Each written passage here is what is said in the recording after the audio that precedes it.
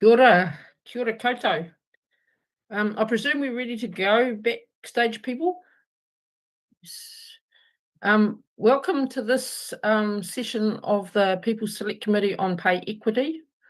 We're looking forward to a great afternoon with the submitters, and welcome to everybody, to my fellow former women MPs, Steve Chadwick, Lynn Pillay, Ria Bond, Marilyn Waring, and I think that Leanne Dalziel will join us shortly. I'm Sue Bradford, and we're really looking forward to hearing from everybody this afternoon. And we really appreciate the seriousness with which submitters have taken this opportunity to let us and the whole country know what you think and feel and believe about what's happened with pay equity.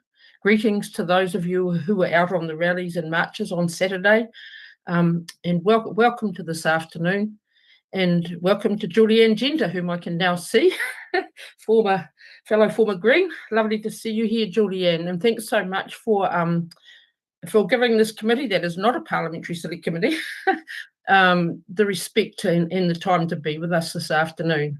So would you like to go for it, Julie Anne? We don't have a written submission from you, I believe, but we'd love to hear from you. Tēnā koutou katoa, ngā mihi nui kia koutou. Thank you to all of the members of this People's Committee inquiry and for all of the mahi you're putting in.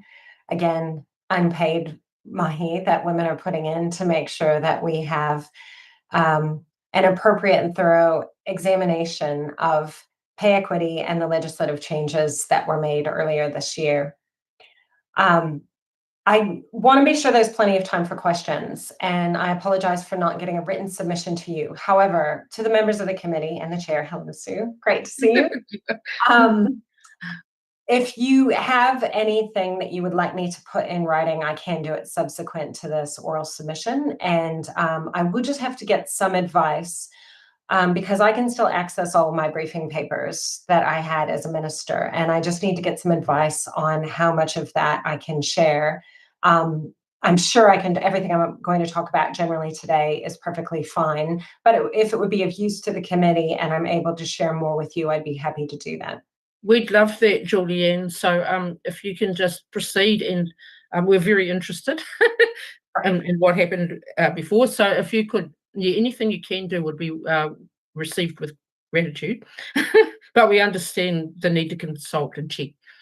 So I'm sure you'll be well aware of the process that led to an initial change to the Equal Pay Act following the successful court case that was taken by Christine Bartlett and her union on behalf of care and support workers and pay equity. And so at the time it was the John Key national-led government, and there were some changes made to the act.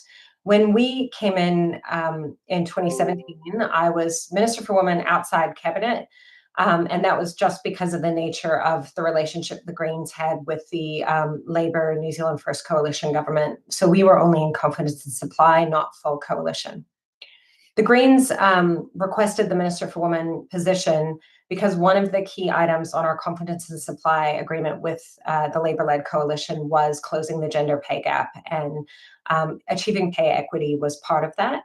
And so I was in an unusual position, I think a unique position that has not existed, well, certainly not in the current government for the Minister for Women, where I was working in partnership with the Minister for Workplace Relations on the pay equity changes, where we're basically equals, having briefings, joint briefings, and the Minister for Women officials were right there with the MB officials working on this legislation and providing advice. So that's the first point I really wanted to make about the pay equity process that was passed into law in 2020, is that it was the product of a joint working relationship, not just between the Greens and the coalition government, but between the Minister for Women and the Minister for Workplace Relations. And so I have a whole bunch of joint briefings. And that's really important to know, because the Ministry for Women is a small agency or government ministry that provides expert advice and is very expert on putting in the lens of the impact of government policy on women and girls. And their goal is to advocate, or their role is to advocate for women and girls. And so they really had that expert perspective on pay equity, and were well aware of the evidence behind the systematic undervaluation of female-dominated professions and the contribution that makes to a gender pay gap. And the gender pay gap, of course, affects certain women worse than others. So Maori women, Pacifica women, women with disabilities, migrant women of color, refugee women are affected more significantly than Pakeha women of European descent. And that was a focus for us in our work on closing the gender pay gap. So they were bringing that perspective. The Ministry of Business, Innovation and Employment, which had the public officials who were working on pay equity, I couldn't say that their primary perspective was coming from the same place as the Ministry for Women. And that would be true of the State Services Commission, as it was called at the beginning of that term. It was the Public Services Commission by the end. But also as Minister for Women, I was sitting alongside other key ministers, including the Minister of Finance, the Minister of State Services, and then Public Services, and other ministers who were involved in negotiations of workforces in the public sector. Because of the pay equity component, I would be brought into those meetings as well. And I think it's fair to say, and I don't think this would be a surprise to anyone, that within some of the government agencies, a very strong motivating factor is believing that it's their job to limit the fiscal risk of the Crown. And that came through to me. But I could also say that ministers who were elected and part of the government were very clear on the fact that righting historic injustice was important to us. And that was part of what we were out to achieve. So, and definitely from the Ministry for Women's role, they were bringing the expert perspective of historic undervaluation. And that was really important in the outcomes we got to. You will be aware the process that was set up is complex and world-leading. And we knew that it would need to be reviewed to see how progress was being achieved. We also set up a pay equity task force to help support women and their unions and other people in the workforce who would be setting up and taking these claims. It wasn't something that was going to happen on its own. It was like, we'll have the law change, we'll have the process in place, and government's going to resource this so that we can actually get on with it and make sure that these pay equity claims, when they're made, are supported, because a lot of the people working in these areas are not the highest paid people in New Zealand. They're struggling to make ends meet. And the process of taking a claim could be quite, expensive and complicated. And of course, the Crown has a lot of resources, and employers have a lot of resources from their end to support their work. So we wanted to make sure that the people who've been systematically disadvantaged by gender-based discrimination were supported to actually achieve this outcome of pay equity. And it's not like a place that you get to. It's a journey. It's something that we're constantly working on. So I believe that the committee did have some specific questions for me. And I wanted to mention that the review process was an important one that we thought had to be in there. And I think it has been shown with the care and support workers that over time, as the minimum wage increases, the gains could be lost because their pay is not increasing at the rate it should to reflect the skills and the effort that they're putting into their work. I guess the other big thing to say, and I know I'll be repeating expert advice that you've heard from people who know much better than me, because they've actually been at the coalface of working on these claims, that the idea of this process is to recognize the detail of the skills, the education, and other factors involved in a certain type of work and compare it with more male-dominated professions in order to pick up that systematic gender-based discrimination that has undervalued that work. So that seems to have been lost on the ministers who are in the current government, who seem to think it was a flaw in the process that air traffic controllers might be compared to a female-dominated profession. I mean, the whole point of looking at these other professions is to identify where the difference in pay is down to some general discrimination and not a difference in skills and education and effort.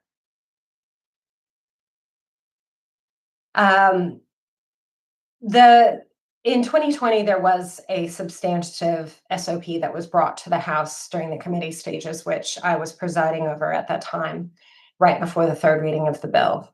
And of course, all of this work had been somewhat delayed by COVID. The COVID lockdowns meant that Parliament wasn't able to sit, right, in some substantial periods of 2020. So it did come through relatively last minute because it was a priority for the government to get it done before the House rose. And so there was a whole lot of consultation and negotiation that went into that SOP.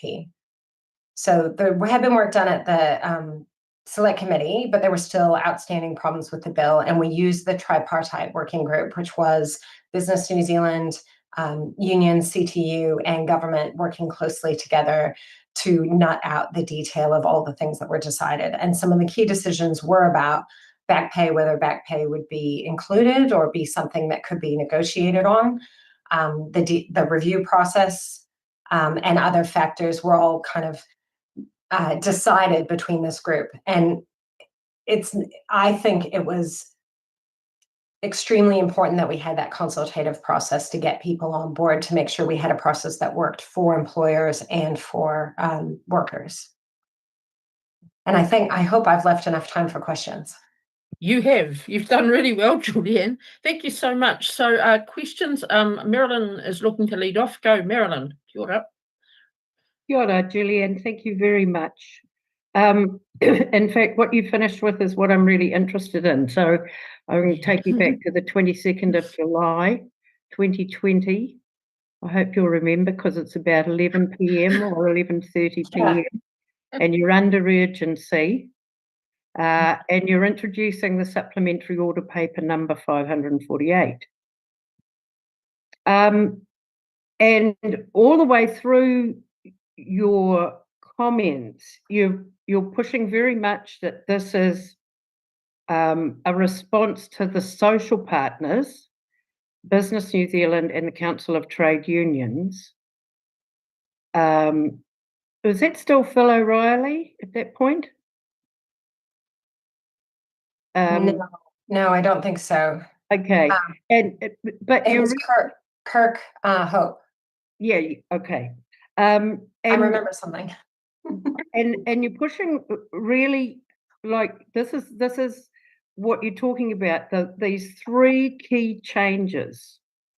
So, and supported by Business New Zealand and by Council of Trade Unions, and you're being very strong. So where was the pushback coming from? Because what happens next is that both Willards and Stanford ask you quite clear questions, and then you answer them, and they're both very complimentary about the substance of your answers. So I'm just like when you think we're all old MPs, so if I'm reading this, I'm thinking, what lies behind this? What lies behind the SOP? Yeah, like if it's like you're being really strong in the House about it, and it's supported by these two groups. So for me, it's like, were you expecting National to oppose it, or? No, look, they had questions, and fair enough, because at least one of them had been on the select committee, and the select committee hadn't seen the SOP, right? So I did feel like I had to give some thorough answers to their questions and concerns.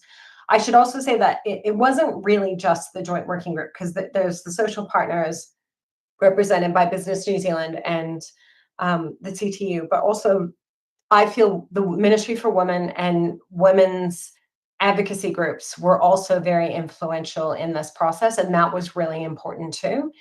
And I was making sure that that view was being represented in all of our discussions when we did the work that determined the SOP and then the final third reading. So are you getting pushback from MB and Treasury on these? Yeah, that's what I'm after. Yeah. Yeah. And again,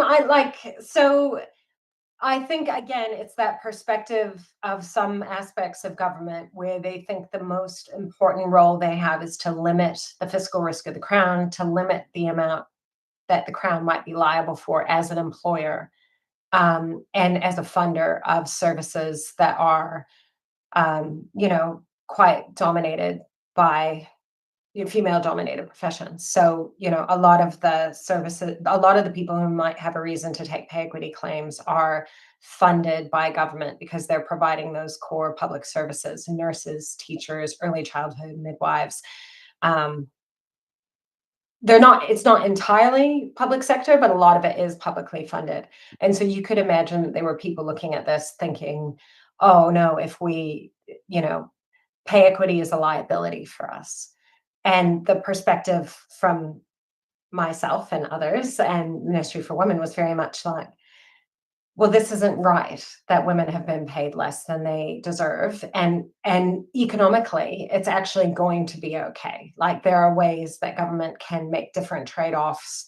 Paying care and support workers and others better is actually going to result in better outcomes socially and economically.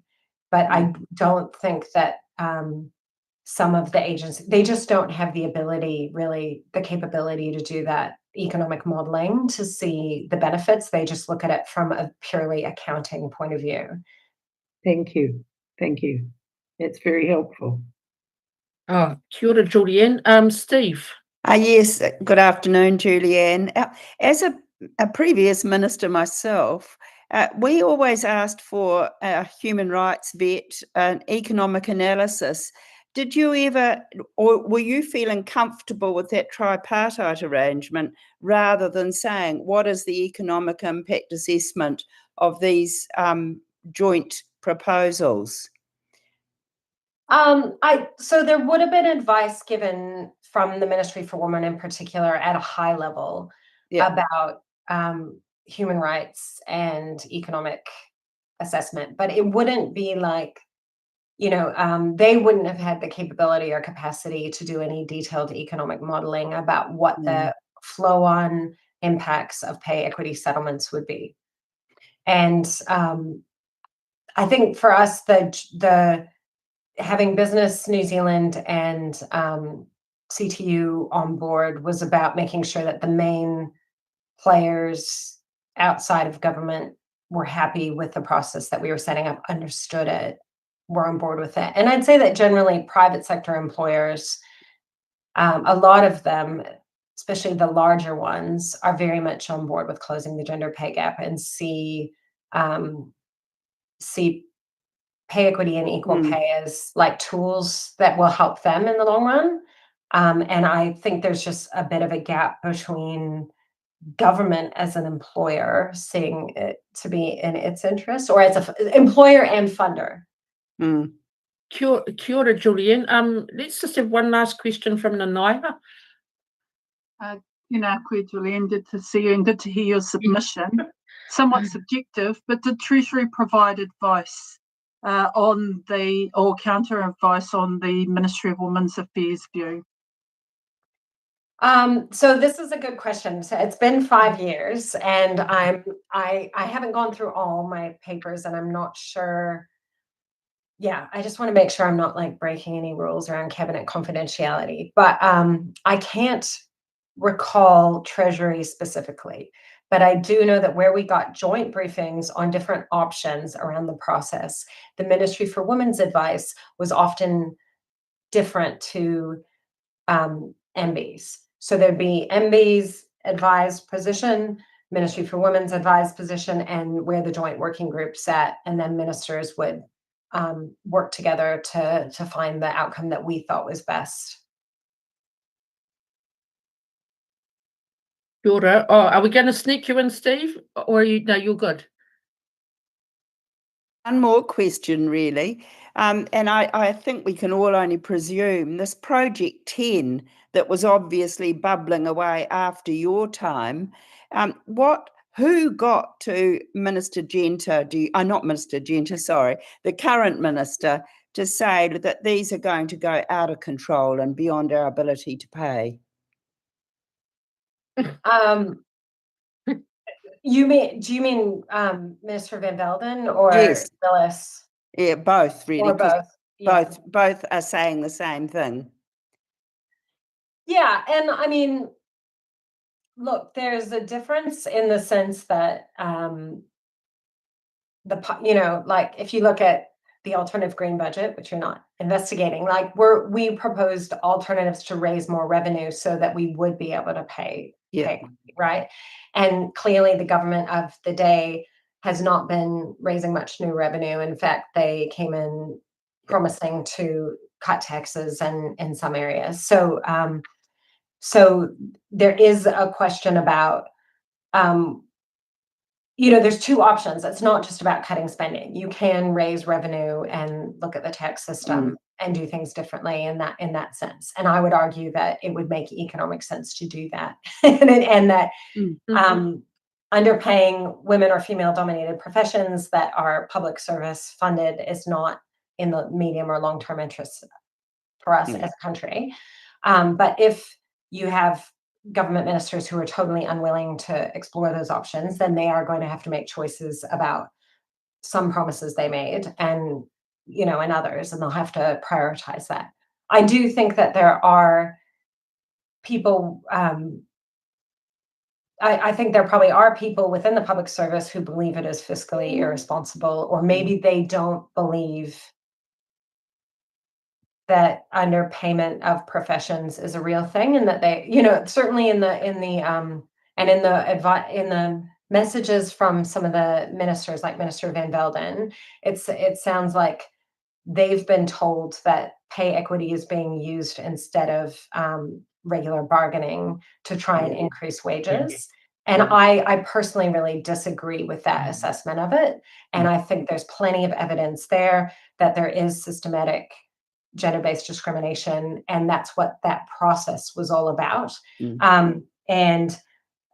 Clearly now the Ministry for Women and the Minister for Women were not involved in this decision. They were, the Minister of Women was maybe told at the last minute, but the Ministry for Women was not providing advice. Kia ora, Julie Anne. I'm sorry, Lynn, we're going to have to close it there because our next submitters are ready. But thanks again, Julie Anne. Lovely to see you, and thanks so much for giving us your time today. Lovely to see you all. Thank you so much. Thank you. I will see what I can share with you in a written document as well. Great. Thank you so much. Kia ora.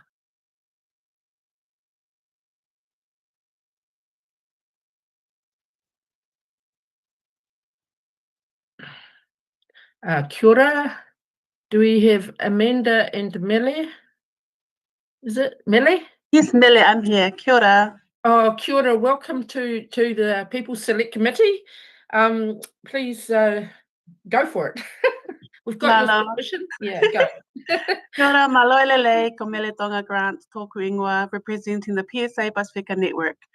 This morning, somewhere in our communities, a Pacific woman has already been awake since 4 a.m. She's made lunches, cared for her elders, sorted school holidays for the kids, and rushed off to her first shift. By the end of the day, she will have worked harder than most, but earned less. And this is the reality behind the numbers that you've seen. You know the data, the pay gaps, the claims that were dropped, the inequity of pay for female-dominated roles, but I want to talk about what those numbers feels like. Pacific women earn 75 cents to every dollar that a Pākehā man earns, and this amendment locks that inequity in place. It means that my auntie who works 2 jobs and still struggles to pay the power bill will be told by her work that she is worth less. We're talking about the cleaner who gets up before sunrise and catches 2 buses and still can't afford to take time off to take her child to the dentist. We're talking about the support worker who stayed late every night during COVID but never saw that effort reflected in her pay. And I know this myself. I worked as a library assistant and I was in a role that was essential but invisible, and I was going above and beyond for our community while raising 2 children under the age of 3 years old, and still I was struggling to survive.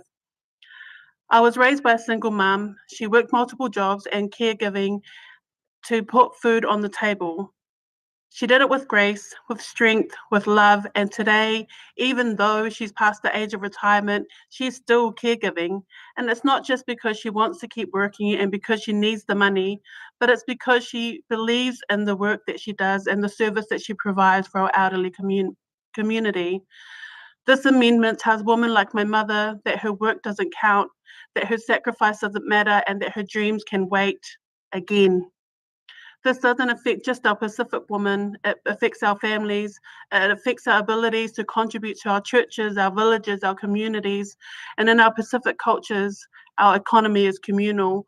We support each other, and so when one person is underpaid, the ripple effects are felt by everyone in the whānau. It forces our families to choose between fulfilling our cultural obligations and paying the bills. Thriving then becomes impossible. Our mothers, aunties, and sisters don't just clean or care, they do it because they love. They love to do it, and they do it with pride. But pride and love doesn't pay the bills, and it's not an excuse to be underpaid. This law builds barriers, and it makes it almost impossible for our people to continue to fight for fair pay. It's not equity, and this is an abandonment of our Pacific women. We're not asking for special treatment.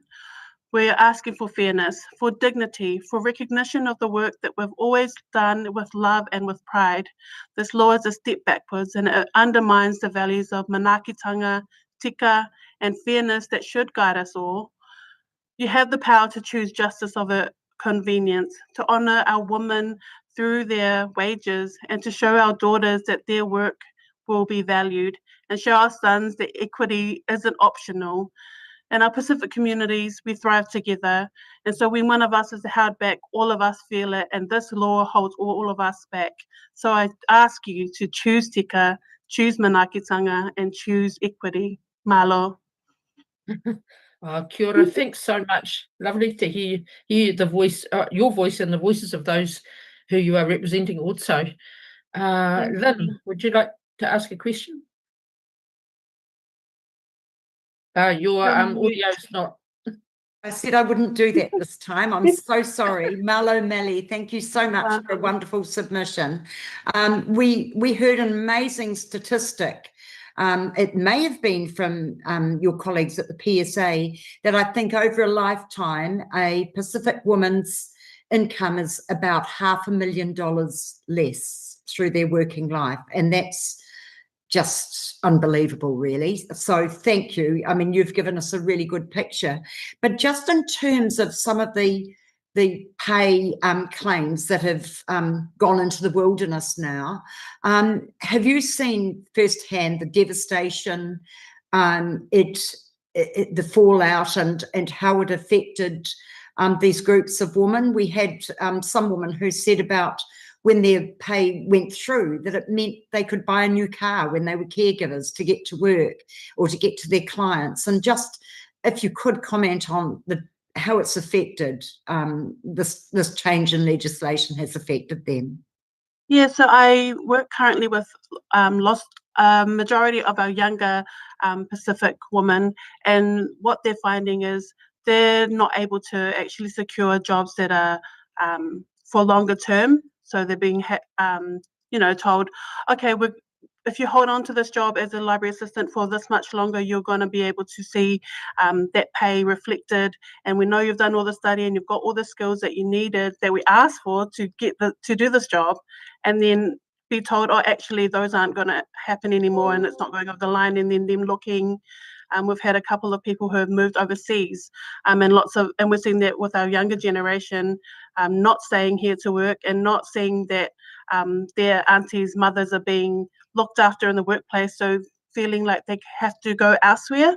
Amanda might be able to provide a little bit more to that, but yeah, many of our younger women are definitely moving elsewhere because they're not able to secure jobs that are going to pay them to stay here and be able to afford to live here. Thank you.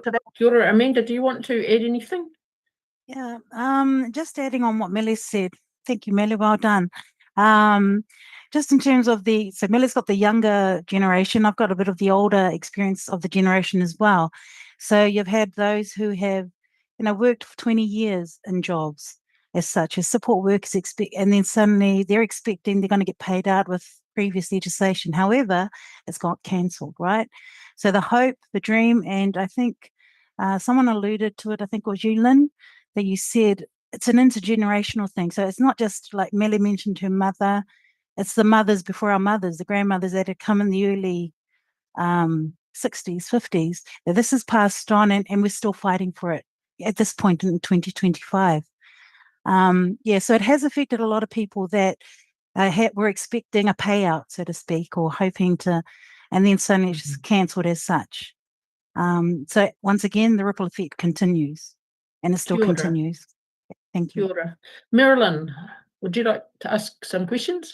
Oh, Malo, and thank you very much. We've had representations both from the Asian Law Network and from Tangata Whenua about the presence of, or the issues of cultural knowledge or language skills in the comparator work that is done in assessing skills, responsibilities, effort and experience.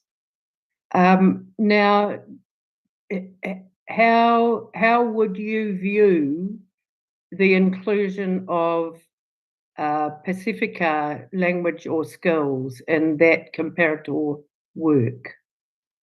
Well, thank you for the question, Marilyn. Often what's happening is that it's just our skills and expertise in our own cultures isn't being valued in the space. So often we're asked, hey, quickly, can you just translate this thing into Tongan? Hey, we've got language weeks coming up. Are you able to put something on? Hey, we've got someone from the community who might feel better if they were speaking to another Pacific person.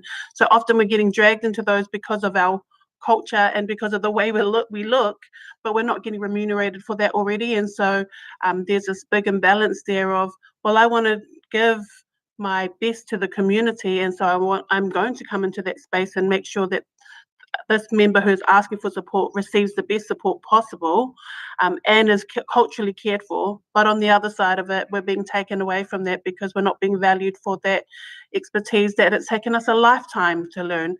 For many of us, we've had to take the time to study in our own time, sit with our kaumātua to be able to learn all these skills that it takes to be able to communicate in our different ways throughout the Pacific, because we don't all communicate the same, but we have to learn how to do that within the different needs of those cultural groups. But we've been lumped in and we've just been expected to just do it because that's who you are. And that again further puts us away from our ability to be paid what it is that we're worth. Yeah, thank you. I think, by the time you're my age, you've definitely seen all of that working in hospitals. And, my background in universities, overwhelmingly, it was to reach out to our Pacifica colleagues, So I've seen all of that in the whole accumulation of my work experience, and I would have thought they were very definitely skills and experience and all of those things that are brought to all of those communal situations.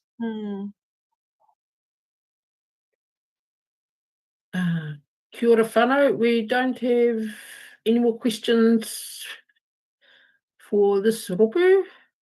Oh, look, well, thank you very much for taking the time and making a very good written submission as well. It's been great to hear you today. Thank and you. all the best for the mahi that you're doing, that you continue to do on this kaupapa and many others. Kia ora. Kia ora. Thank you, everyone.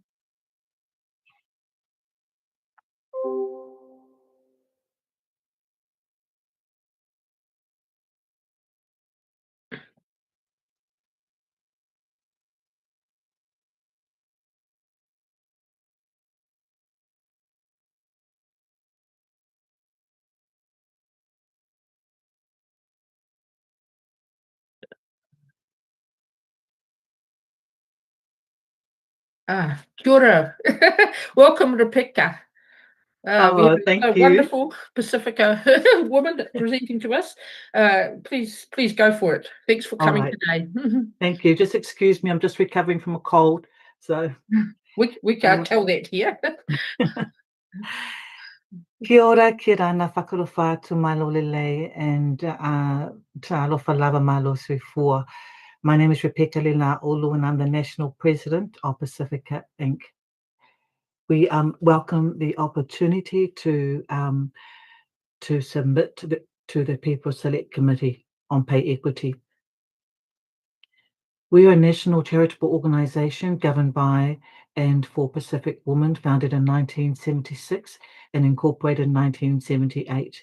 Our 22 branches from across Aotearoa range from Whangarei to Invercargill. We advocate for the cultural, social, economic and political development of Pacific women, their families and communities. Our members are impacted by Aotearoa's largest and most persistent pay gaps. In 2024, Pacific women earned 21 to 27% less than Pākehā men, a reflection of intersectional discrimination, occupational segregation, and the undervaluation of feminized and family majority workplaces. We do not support the Equal Pay Amendment Act 2025. The amendments, combined with the 2024 Pay Equity Reset Cabinet paper, shift pay equity from a rights-based obligation to a cost containment exercise. The changes have halted claims in key Pacific majority workforces and dismantled mechanisms needed to sustain equity. Our members are employed across a wide range of undervalued and low-paid industries, including care work, early childhood education, hospitality, cleaning, and community services, sectors with high Pacific representation and entrenched pay inequities. Our work includes policy advocacy, leadership development, community education, and intergenerational empowerment with specific focus on dismantling inequities for Pacific women.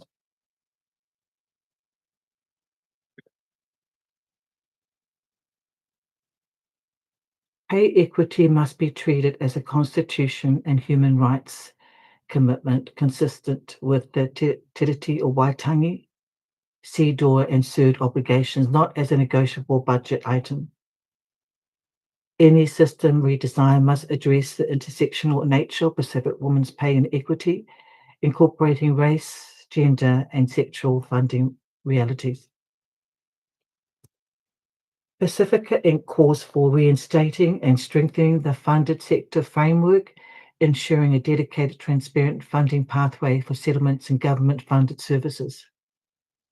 Legislating for intersectional pay equity, embedding race and gender in the Equal Pay Act's principles and processes. Restoring accessible claim processes, reversing restrictive comparator and threshold changes that block claims by low-paid workforces. Mandating disaggregated pay gap reporting, requiring data by gender and ethnicity with specific reporting on Pacific women. Embedding Pacific leadership and pay equity governance, including Pacific women in oversight, monitoring, and advisory roles. And protecting equity-related institutions, ring-fencing and expanding the mandate of the Ministry for Pacific Peoples to lead across government equity initiatives. Investing in Pacific women's workforce pathways, funding leadership development, training, and progression opportunities in undervalued sectors. value cultural labour, recognise and remunerate cultural safety, translation and community liaison work as formal job roles. In conclusion, the Pacifica Wellbeing Report stresses pay equity as vital for wellbeing, dignity and cultural continuity, enabling Pacific women to invest in health, education and community resilience. Pacific women's pay inequity is an injustice that undermines economic security, community wellbeing, and New Zealand's obligation under the Te o Waitangi, CERD and CEDAW. The current settings will not deliver equity without structural reform. Pacifica Inc. urges the committee to please restore a viable and funding claims framework, embed intersectional protections in the Equal Pay Act, and honour the New Zealand human rights commitment by ensuring Pacific women are no longer excluded from equity in pay. Te lava. I think my voice just made it.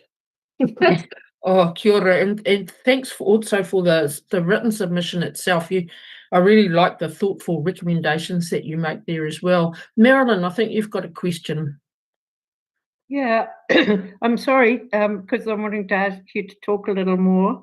Thank you very much for the submission. You have a comment in the middle, 6.2, about how this is pay equity has created an impossible situation for Pacific-led NGOs operating on minimal margins. And I wonder if you would be able to expand on that. Well, just as the former speaker, was that Millie that spoke earlier? Yeah, it's difficult, you know. It's to balance the work life with the family life, and with our wellbeing report that shows how you walk away with 12 cents, 36 cents at the end of the day, and that's what we're trying to work towards, to find that balance. I don't know how we do it. I don't know how we can do it, because what we're doing now is those that can are able to support our families and communities, those who have the means to do so. That's how our families at the lower economic ladder are able to survive. It's the care that the community are able to give.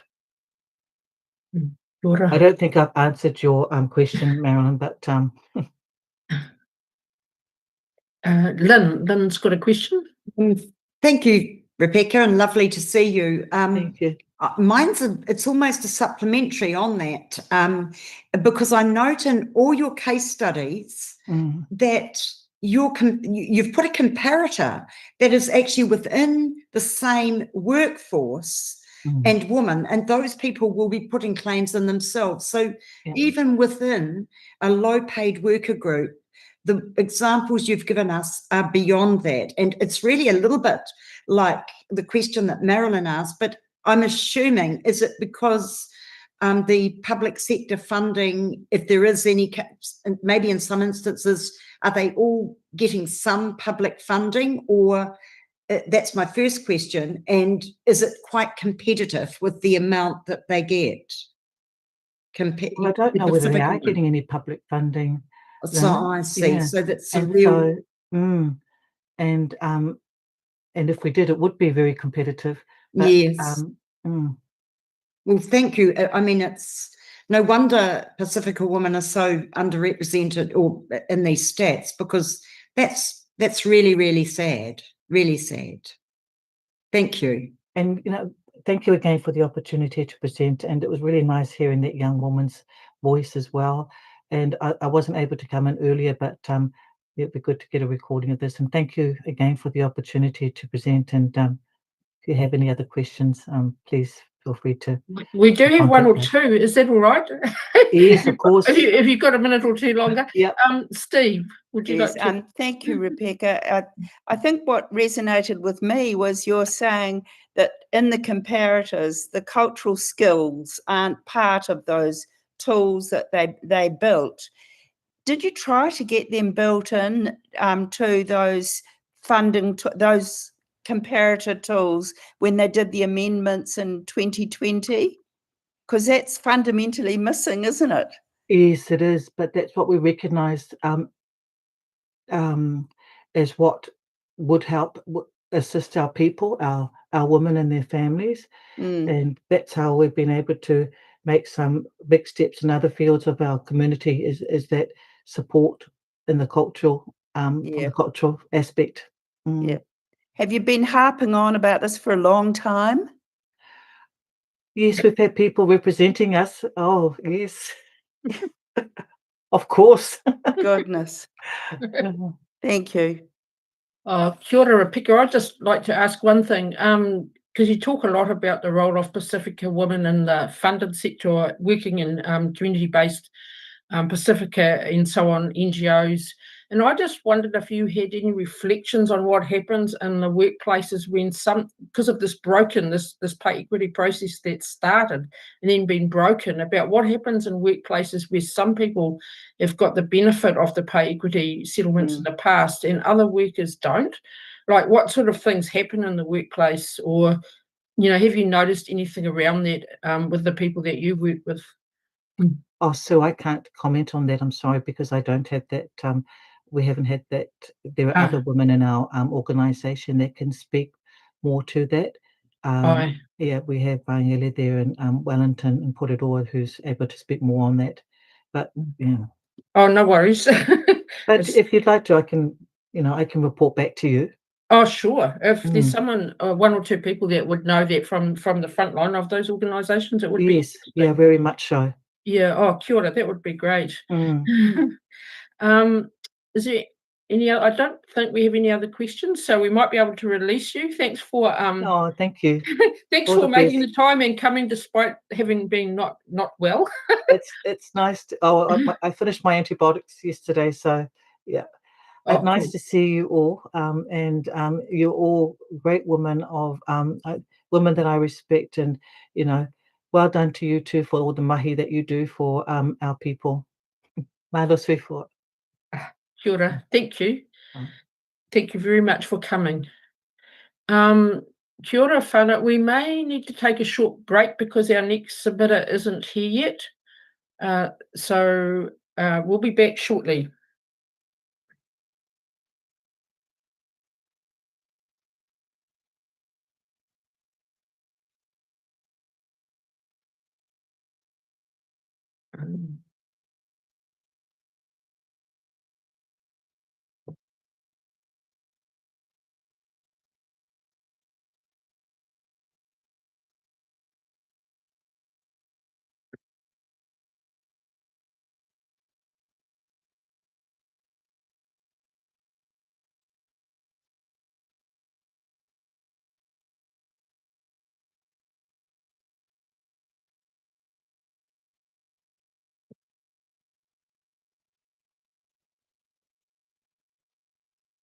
Okay. Oh, there she is. Kia ora. Sorry, yes, we just had a slight hiccup there, but welcome to our next submitter, Bridget, I believe. Thank you very much for coming along today. We might just have to wait a minute. Yes, we've got slides. Kia ora.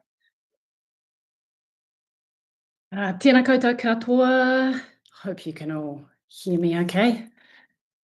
Good, got a thumbs up, wonderful. Ko Bridget Conor tōku ingoa. My name is Bridget Conor. I'm an Associate Professor of Communication at Waipapa Taumataro University of Auckland. And thank you for inviting me to provide a brief oral submission to the People's Select Committee on Pay Equity. I have just a few slides to just go along with what I'm speaking about briefly today.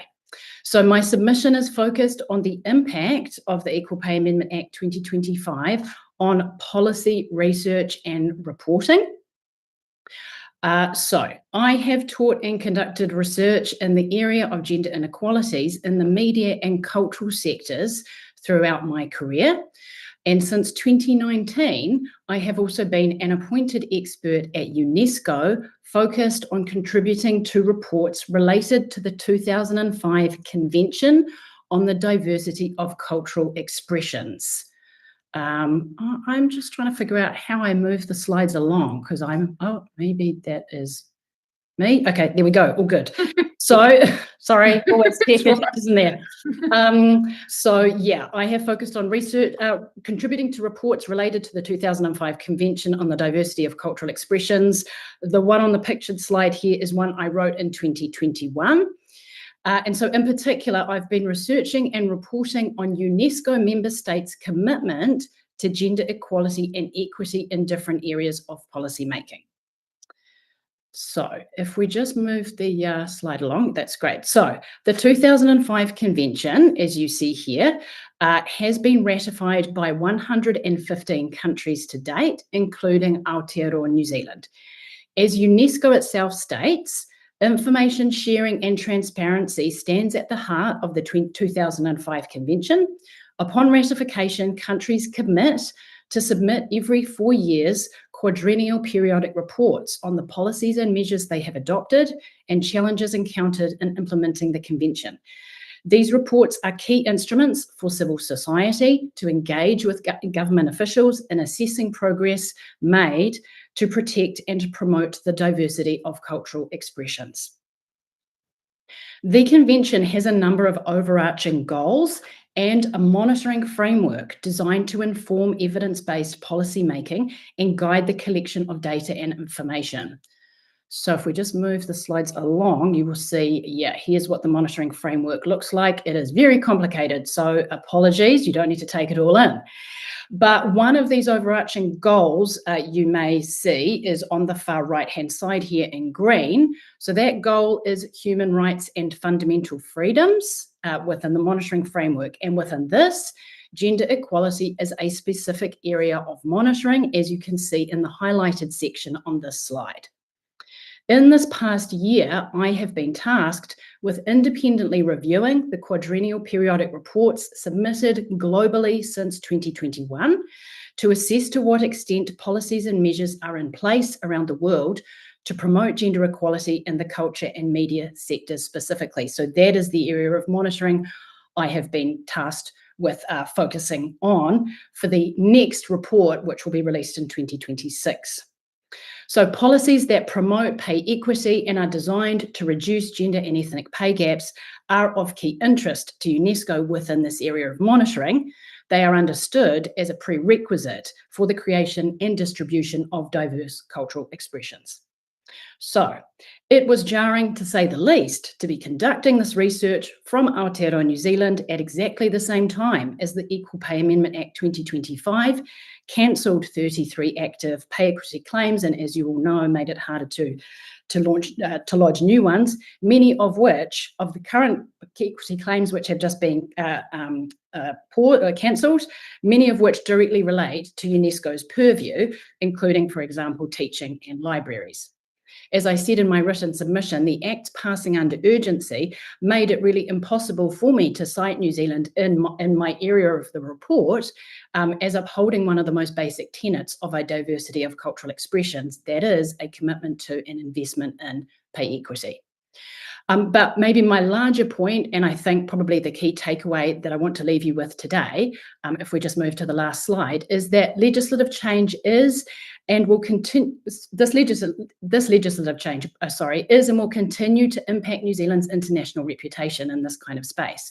I'm about to travel to Barcelona to participate in this event associated with UNESCO's Mondia Cult 2025 conference, in which ministers of culture from around the world will be coming together. I will be representing Aotearoa, and I will do so with pride. But in terms of concrete legislative change, I will not be highlighting, obviously, any progress from New Zealand. If anything, I'll be using the Equal Pay Amendment Act 2025 as a deeply concerning sign of regression and as a too close to home example of the erosion of human rights and fundamental freedoms rather than the upholding and progression of those things. Ngā mihi nui, thank you for the opportunity to provide an oral submission. Obviously, super happy to answer any questions you may have. Oh, kia ora, Bridget. That's great, bringing the international perspective strongly into the room. Steve, you've got a question? Oh, that's powerful, Bridget. Just when you go to that Mondia Cult forum, who else goes with you? And do you inform, will you inform the government of the day and the Minister of Women's Affairs and That's a really Treasury and that you're going? Because it will be a shock. Well, indeed. Yeah. I mean, I'm going on my own, would be the short answer to that question. No, I've been invited to go at fairly late notice, I should say, to kind of be there as one of the authors of this upcoming 2026 report and to kind of start to speak about our findings in a public forum. I think when lots of, obviously, of, UNESCO dignitaries from all around the organisation and obviously other government officials will be there. In terms of informing our government and relevant people, it's a really good point. Yeah, they really should be informed, and it might be a bit shocking. But it's interesting, this has been kind of independent work that I've done, obviously associated with the university. But I don't even, to be honest, know if the government would be aware. I'm sure they're aware about Mondia Cult and what is happening, but I'm not going as part of a delegation. I'm going as an independent scholar and as a UNESCO, researcher. So it's a really good point. If there is a way perhaps to inform other people about it, it's probably going to be a good idea for them to know. I just know global women conferences that we attended with pride. It was always done in conjunction, and our paper was prepared in conjunction with Foreign Affairs and Ministry of Women. So be quite good to give them a heads up that you're going. Indeed. Good.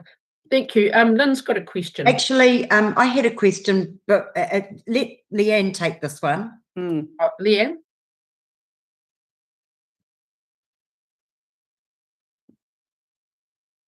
Can't hear you, Leanne. No audio.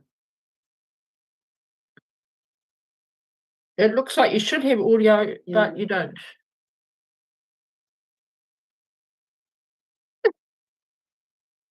That's the universal sign for audio not working.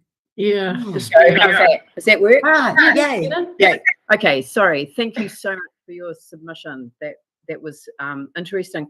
I just picked up sort of a little bit of a concern from my perspective about the quadrennial periodic report. It sounded as if New Zealand's report last year was a little disappointing, what contrasted to earlier reports. Do you want to just expand on that a little bit? Yeah. Now, what I should say is, these quadrennial periodic reports come in, but they sort of come in on a rolling basis. So probably one thing I noted in my oral submission is, the most recent report from Aotearoa was from 2024. So, of course, that precedes the moment where obviously the Equal Pay Amendment Act 2025 comes in, right? So that wouldn't have been reported anyway. But it wouldn't have been reported, but I've got this thing about timing is everything. Well, and last year they were doing all of that work on the pay equity reset through the auspices of our beloved Treasury.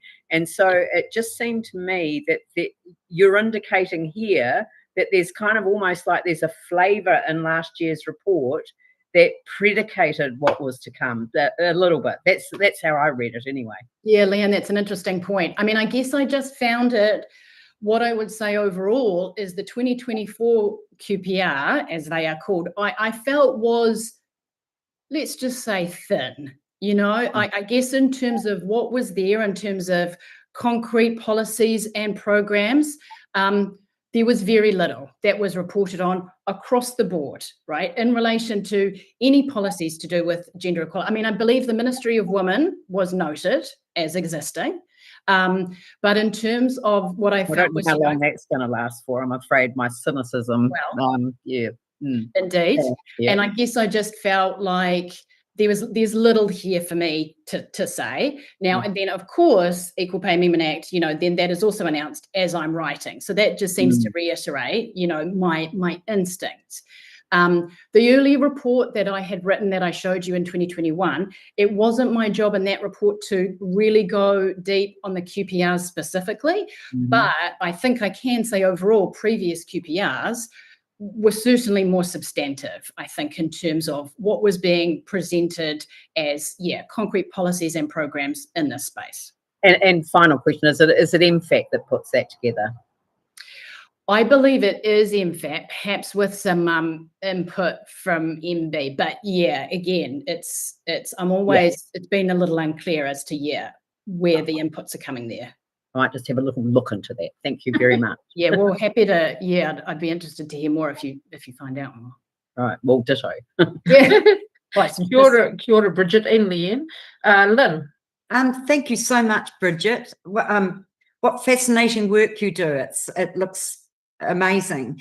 You did mention that you were proud to be, doing this role, but obviously at this stage of proceedings, you mentioned you were upset, but you'd almost feel quite sheepish going into these forums when you've gone in the past feeling quite proud about some progress that's been made.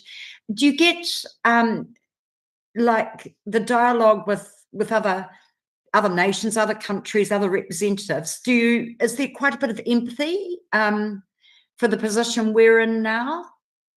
That's women in this country are in now, I should say. Yes, I understand. Lynn, I think that's a really interesting point. I mean, I have been to a few of these other forums over the last few years. There's always really interesting conversations. Different kinds of experts are brought in as different independent researchers. So there's always an interesting and very diverse lot of experience in the room. There's always this reflection on what's happening over here versus over here. It's always very fruitful. Is there empathy? Yeah, I think there is. I think I found empathy and perhaps also some kind of confusion and consternation, right? I have found previously coming from Aotearoa New Zealand is often that in itself, people are really interested in that. I think, there is a feeling again that Aotearoa New Zealand, if we're talking about gender equality, we've always been pioneering in this space in different ways. I think there's that, I've seen that recognition. I'll be really interested to go in a few weeks and in a week, less than, and see how that conversation may have shifted. I suspect, yes, there is always empathy, but also a kind of a bit of head scratching, right? Like what's going on? This seems so different, right, to what we know of Aotearoa, what we kind of expect. So I will have to report back on the conversation specifically. But yes, certainly there's empathy and concern. And, I think also it's probably important to say we're writing this report and thinking about it in the context of an international backlash, right? There is more going on in this respect in many places around the world that is reflected in the QPRs globally. So it's very interesting work, but the responsibility feels quite high at the moment because we're reporting on things that are really quite concerning, and this is one of those. And sorry, when is it you're going? I'm going, I just said in a few weeks, but that's not the case at all. I'm going on Friday, and the Mondial conference is early next week. So I will be there for the conference, and there will be some other events organised by Barcelona City Council that'll be part of and speaking to the bigger UNESCO event. So I will be there next week and can potentially then report back on the outcomes afterwards, if that is. I'm sure the committee would love a note on that. Yeah, absolutely. Yeah, thank you so much. Yeah. Kia ora, Bridget. I mean, just further to what the others have been asking, do you sense much awareness globally in the networks you're in of the retrogressive steps that have been taken here? Like, are we becoming known for that? Oh, so yeah, that's an interesting question. I don't know if I could say at this point that we're becoming known for it. Although of course, maybe I suppose any comments I might make might put Aotearoa a little bit more in that conversation. So I'm kind of wary of maybe that fact. There are certain other places that obviously I think are getting a lot of attention for very, very regressive and punitive policies, or the rolling back of policies. So I'm not sure that I could say we're kind of really at the forefront of that conversation. I'm not sure how much broader awareness there is actually of this particular legislative change. but I just don't doubt it's going to become more a part of the conversation, right? Aye. There are starting to be, like stock takes. Where is the backlash happening? What legislative action is happening around the world? So of course we're on that list, right? It's impossible for us not to be. Yeah, indeed. Well, thanks so much. It's really interesting to hear the role you're playing and the work you're doing, and all the best for your trip. And look forward to hearing what you might bring back as well. Kia ora. Thanks so much for coming today. Kia ora. Thank you so much, everyone. Thank you so much for your mahi. This is incredibly important. So I'm very happy to be here. Thank you. Now, committee members, I believe that our next submitter may not be here yet. We might have to take another short break.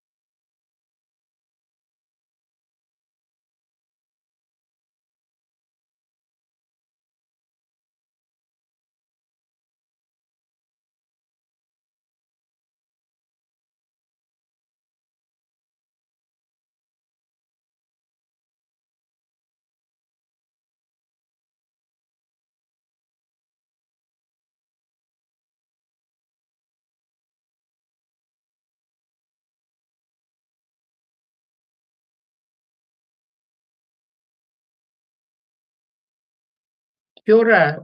Welcome back to the People's Select Committee on Pay Equity. And I believe that we have Christina from NZIER here to present, and we're looking forward to the submission. The written submission was great. Is Christina here?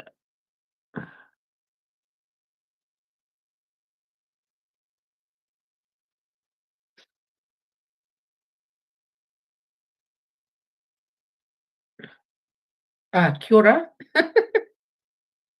Welcome, Christina. You'll need audio. Kia ora.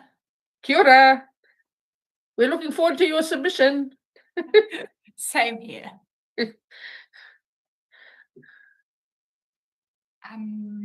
Is this me? Is this? This is you. Can you see us? Can you see? Yes. Yeah. And welcome.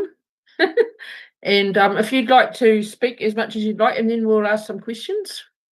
Okay, great. Thanks for having me. So in terms of our submission, my colleague Philippa and I looked at the research that's been done to date since Kathy Scott undertook that work for Ministry for Women in terms of pay equity and what economic impacts there are. So for us, the main thing we found was that, well, firstly, obviously, the direct impacts in terms of the impacts on the employee and employer are straightforward in the sense that for employees, they will, when it comes to pay equity for those affected, primarily women, there's an increase in wages and salaries, although noting that some have unintended effects, consequences around tax liabilities, decrease in accommodation supplements and subsidies, and working for family tax credits in some instances.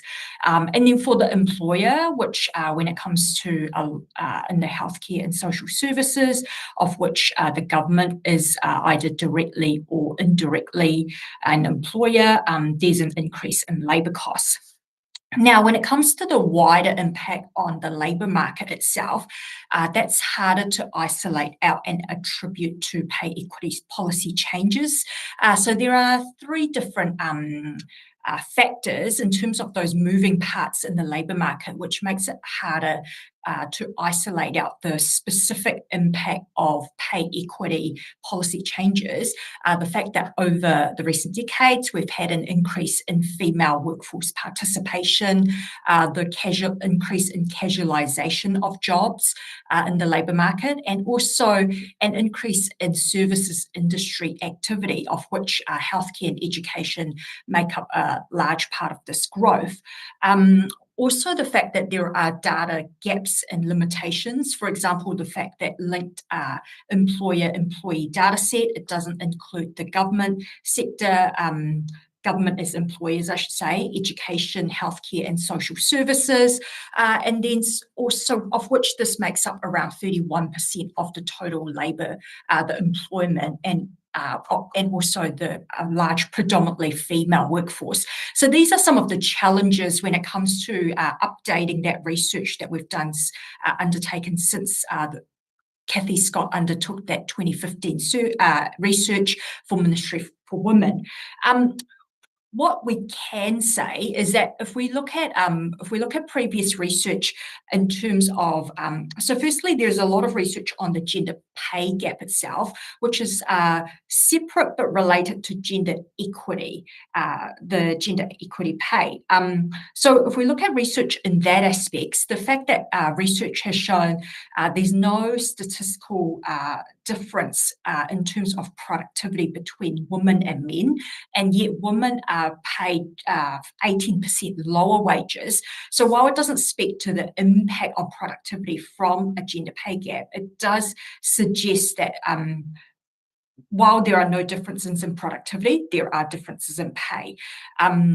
Obviously, there's also from Stats NZ the measure on gender pay gap from median wages. However, that has to be that measure itself has to be interpreted in the wider context of what's going on in the labour market. For example, the fact that at times in labour market downturns, you do tend to see the more casual jobs and the part-time jobs are likely to be more negatively affected in a labour market downturn, of which women tend to be more in these types of jobs. So when we look at the reduction or any changes, I should say, in the gender pay gap, because the Stats NZ measure, because it relies on the median pay between men and women, we do need to look at the context around what those changes in the median is. So when it comes to, so we also know that women are more likely to work part-time, and the underutilisation rate for women are much higher. So it just speaks to that whole women, while they might seek the flexibility of jobs, it's a double-edged sword in the sense that it does tend to mean that they're more overrepresented in the casualised jobs, of which they tend to bear the brunt in labour market downturns. When it comes to labour equity and the impacts, what research shows on the impacts on, so in the first instance, in terms of on the wider labour market, what improving pay equity does, it encourages women participation in the workforce. So what that means is it increases the supply of workers, specifically with female workers. And then what that means is that because you have a greater supply of workers, you do tend to see better skill matching, because there is a bigger pool of available workers for the broader labour market, that then there's a better matching of skills. At the firm level, what an improvement in pay equity, what that means is that research has shown it increases employees' motivation and perception of well-being. So at that level, on the individual level, there's a positive impact as well. Now, we also, our research for this specific submission looked at other institutional factors, and that matters as well. Although the Scandinavian countries are often held up as leaders when it comes to closing the gender pay gap, actually, when we look at the data, it does, for example, the fact that for the European Union, the gender pay gap is around 12.7%, and then for Finland, it's estimated at 16.5%. What overall that means is that beyond what's happening with the gender pay gap itself, it is important to look at those wider factors at play. The fact that in those Nordic countries, there is other policies which speak to improving female participation in the workforce. So things such as support for childcare, parental leave, the ability for males and females, encouraging both males and females to take that parental leave. So what this all means is that while gender pay equity and gender pay gap are very important developments to look to be improving, we also need to think about this in the wider concept of what are these other factors that we want to ensure that when it comes to participation in the workforce and how the roles of men and women, that those opportunities are there for both genders. Kia ora. Thank you very much, Christina. Marilyn would like to ask a question or two. Kia ora, Marilyn.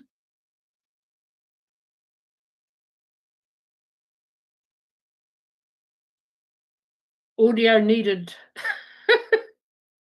We can't hear you. Thank you very much, Christina. And can I thank you and Philippa and Kathy for your work on this paper and the support of your colleagues in enabling you to have the time to do this pro bono update, as it were, in place of government doing their own research. Because I recognise that last time round, NZIER with the Ministry of Women's Affairs were providing this.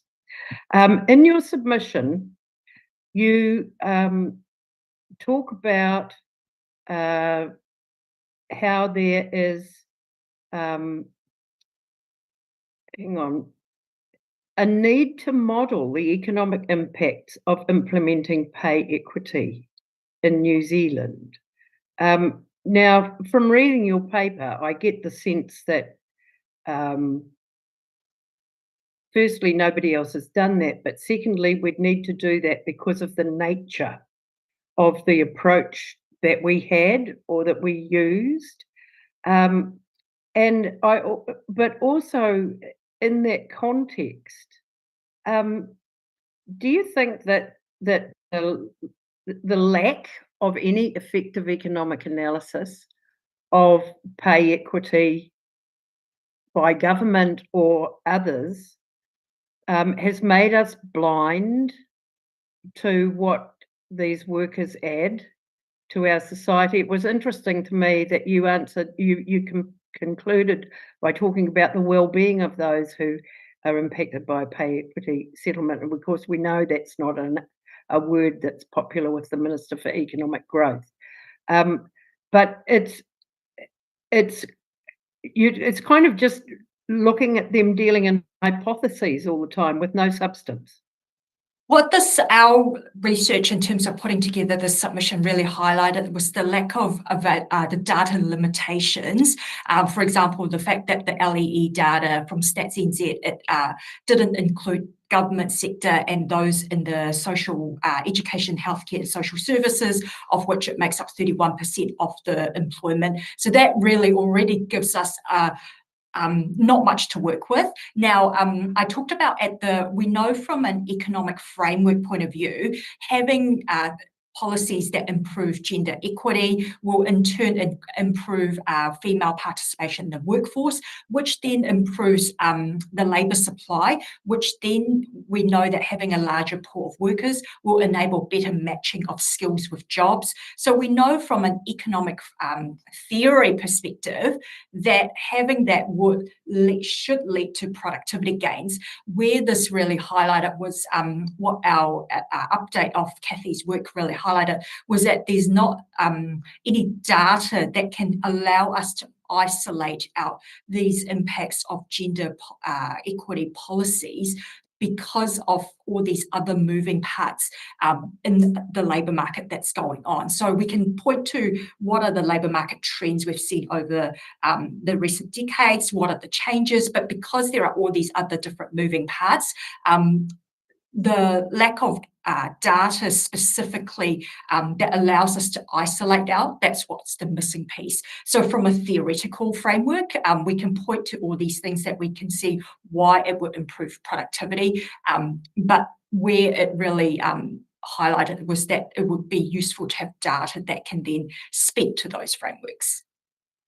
Yeah, thank you. I'm just looking at this wonderful little bit of obiter in 1972 in the House. Right down through history, we've heard the same old argument: removing children from mines and factories, the 8-hour day, the 40-hour week, annual holidays for all workers, and now it looks like pay equity. That always it's going to cost too much.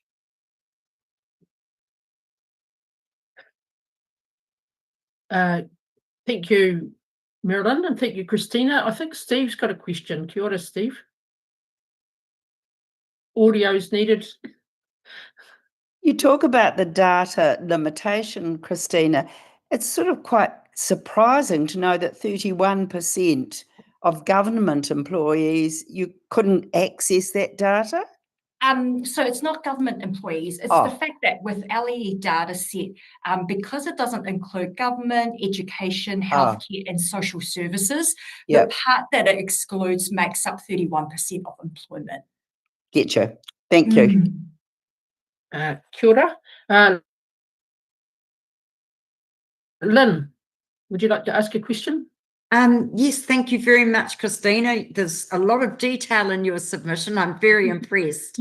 It's just taking me to my top level of research skills, or maybe even a bit beyond, if I'm really honest. But I just noticed, and I was looking to try and find it, that there was a comparison with Australia that the gap wasn't as big, and that it referred to the awards. And just in light of New Zealand with their Employment Contracts Act, and now the reversal of this legislation, it's almost, if we use Australia as a straight comparator, like we're getting a double whammy of a hit for. Lynn, you're off air again. Off. We can't hear you. How much did I say? We don't know. Not much. Just very quickly, I just noticed, referring to Australia, that that there is not such a big gender gap, and it referred to obviously awards there, and that under our Employment Contracts Act we haven't got those same that same level of strength in collective bargaining. And I'm just wondering, with this retrograde step, with the legislation changes, plus our less effective collective bargaining, it's almost as if women in Aotearoa New Zealand have a double whammy. Would that be a fair statement? I would say in terms of the intention, the legislation intention, there's a clearer intention across the Tasman. What it means, and then in terms of how that flows through, you would then what it means for female workforce participation, and then in terms of the available skills in the pool, and hence leading that back to that matching of skills with the jobs available. Kia ora. Thank you. Marilyn? Nanaya, would you like to ask your question? Yes, thank you for your presentation. A lot of the submissions that we heard talked about the systemic or long-term impact of not addressing the pay gap. So I'm wondering if we found, is there a measure or research available that shows the, by addressing the pay gap, the impact that it has on occupational segregation? Because one of the things we heard from submitters is that if in my career choice I'm not going to be valued, I'm going to go somewhere else. But these are in critical areas like healthcare, like education. So I'm just wondering, is there a research that links pay gap to occupational segregation, and that if we addressed it, then we would actually be addressing a proportion of the challenge of addressing equal pay for women?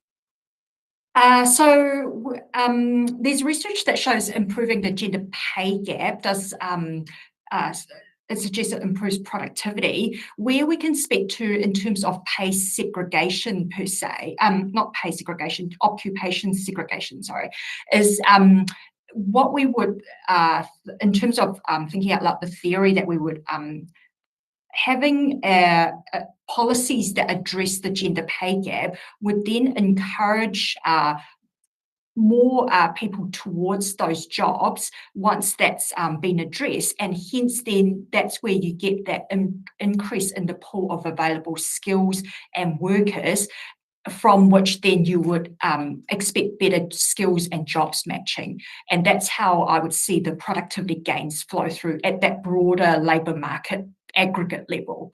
Obviously at the individual level, from the research at the firm level from surveys, what we see is that having policies that address gender pay gaps and equity do improve employee in terms of their motivation and well-being at the individual level. Kia ora. And Marilyn, I think you've got a question? Yeah, Christina, just the one, I think this is really applicable to the changes that have been made to the Act, and also to the supplementary order paper that Julie Anne Genter was talking about to us this morning. And that SIN study, the finding that employer discrimination was a really important factor, especially when employers had more discretion in employment decisions. And I don't know if you've been able to study the legislation to see that, for example, very small workforces or individual women, and it's going to be the employer is given a great deal more power in this situation. And this is where that research, and you're right, in terms of that research, this is where we can see whether, like in analysing the degree of gender pay gap, is the fact that while there is no discernible or statistically significant difference in productivity between men and women, the fact that women are paid 18% lower, that's where you can see clearly there is a gender pay gap there, even though that is not explained by productivity. Yeah, thank you very much. Oh, kia ora. Christina, can I just ask, sorry, can we come back to you if we've got any follow-up questions? Yeah, absolutely. Thank you. Yeah. Great. Oh, that's really good. This was such a useful submission on a number of fronts. Thank you so much, Christina, and to NZIER for doing this, as Marilyn said, for putting such a contribution forward. Thank you. Thanks for the invitation. Oh, no. It's fantastic to have had your input. Thank you. Kia ora. See you later. We're now hoping that our next submitter will be the Tertiary Education Union Victoria University branch, I believe. We're about to welcome you.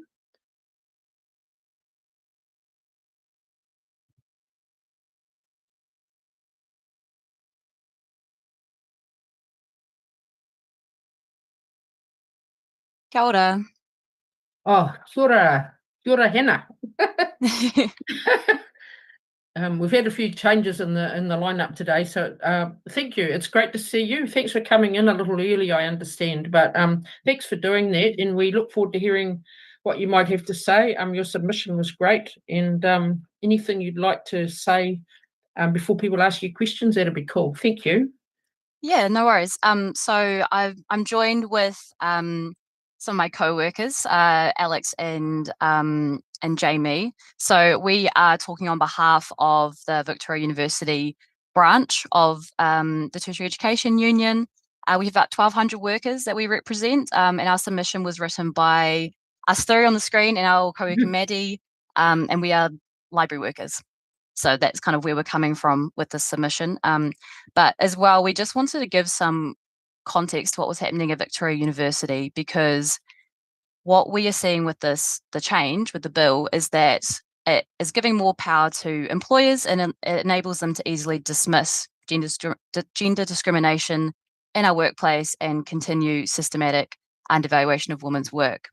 And this is a shift away from what was once a really collaborative environment between workers, union, and the employer. And yeah, we're going to talk through some of the key points from our claim. So the main point is that it was a lot of mana in what we were doing.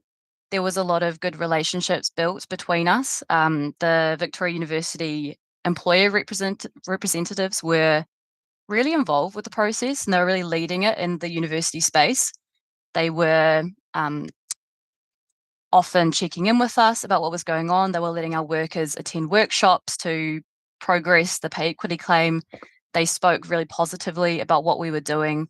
And while they still, I think, are in favour of pay equity, you know, morally and ethically, they now will not commit to it for financial reasons, because the sustainability of the university is forefront for our employer, and we can't litigate anymore. So what we are really seeing is that a lack of political will for pay equity and restrictions on resources to support our claims has completely undermined our relationship with them. It's kind of undone a lot of this really good work we have done to build a good employee-employer relationship, which is really unfortunate. And yeah, I think it's quite an overreach, I think, of a government to impact our relationship with our employer in this way, and what is a really good positive culture of unionism.